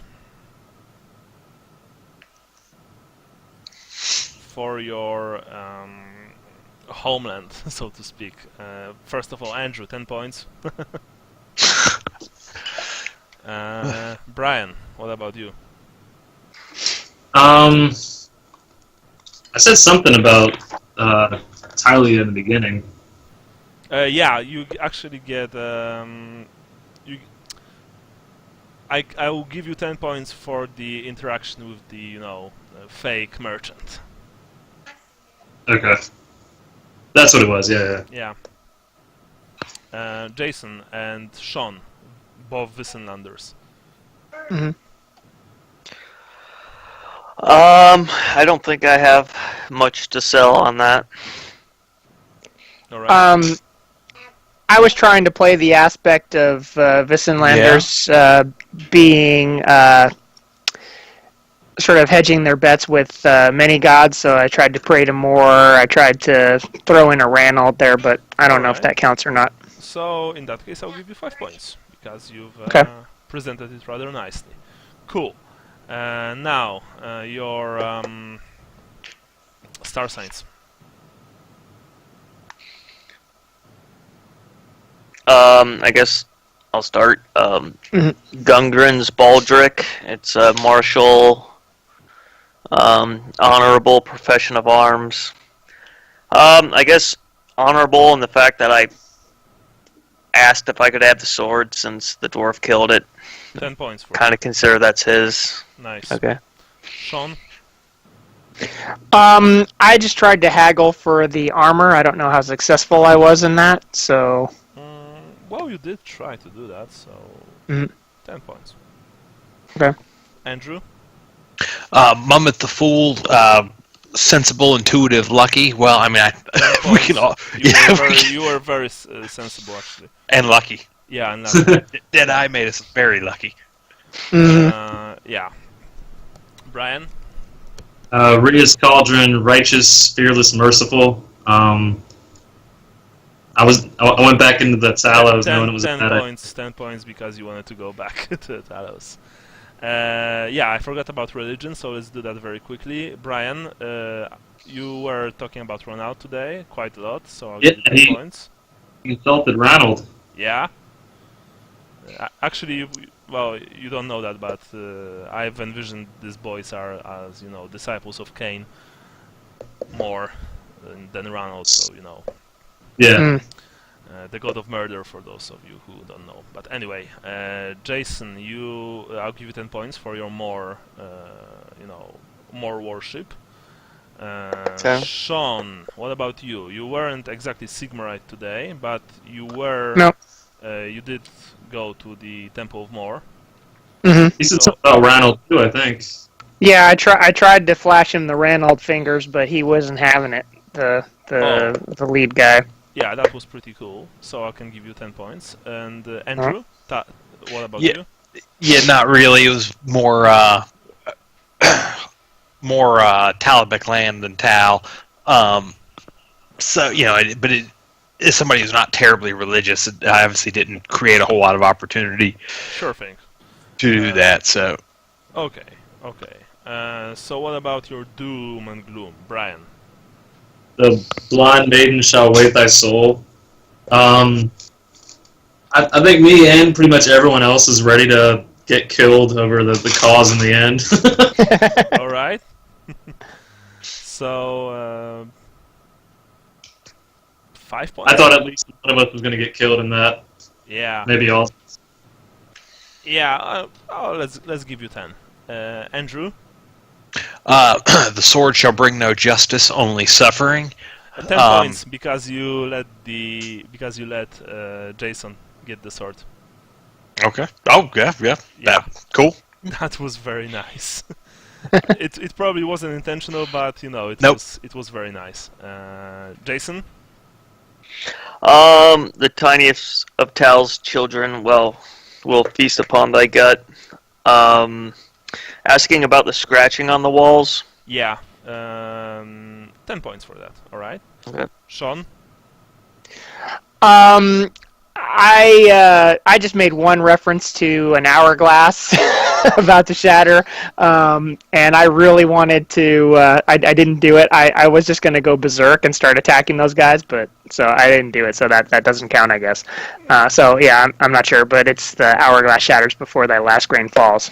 I can give you 5 points for that. You tried buying one. I did try buying one, but I wasn't going to pay. What was it? 12 silver? That's outrageous.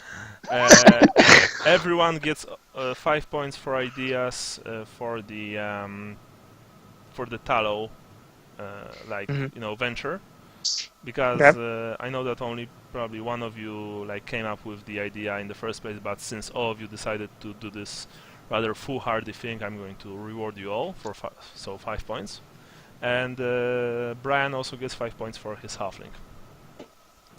So that's it. That's the point. That's the points done. So, guys, our next game. I'll be away now for a few weeks. I'm traveling to Armenia, to my girlfriend's country. I could probably play on 13th of August, and from 13th onwards. So. Hold on, let me look at my calendar because August to through September, lots of things going on. Sure. Hold on, just a second. I'm pretty sure I can, but I'll get my calendar up too.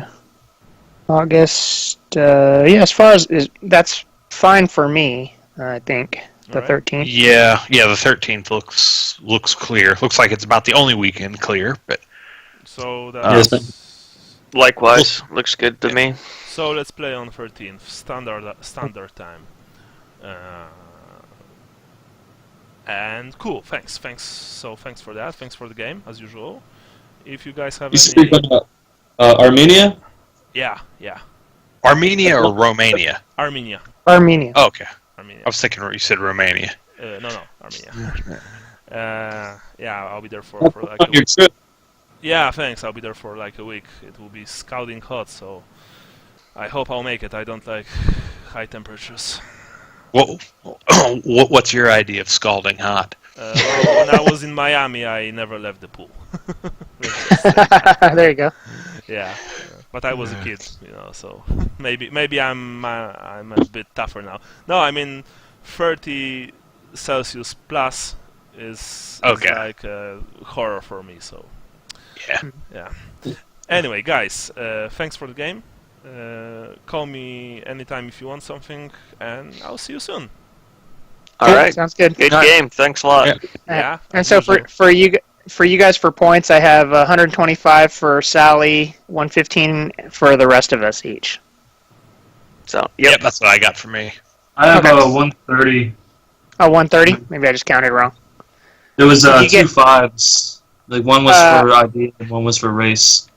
Yeah. Oh, how much did you get for Doom? I got 10s down the line. Other than that. Oh, okay. For some reason, I put you down for 135 or 130. I mean, yeah. Is that right? Was it 10 for Doom? I think so. Yeah. Okay. Yeah, I had you down for 5 for Doom for some reason. Okay, gotcha. You're good. Right. Later, guys. Bye bye. All right. All See ya. right. Take it easy, guys.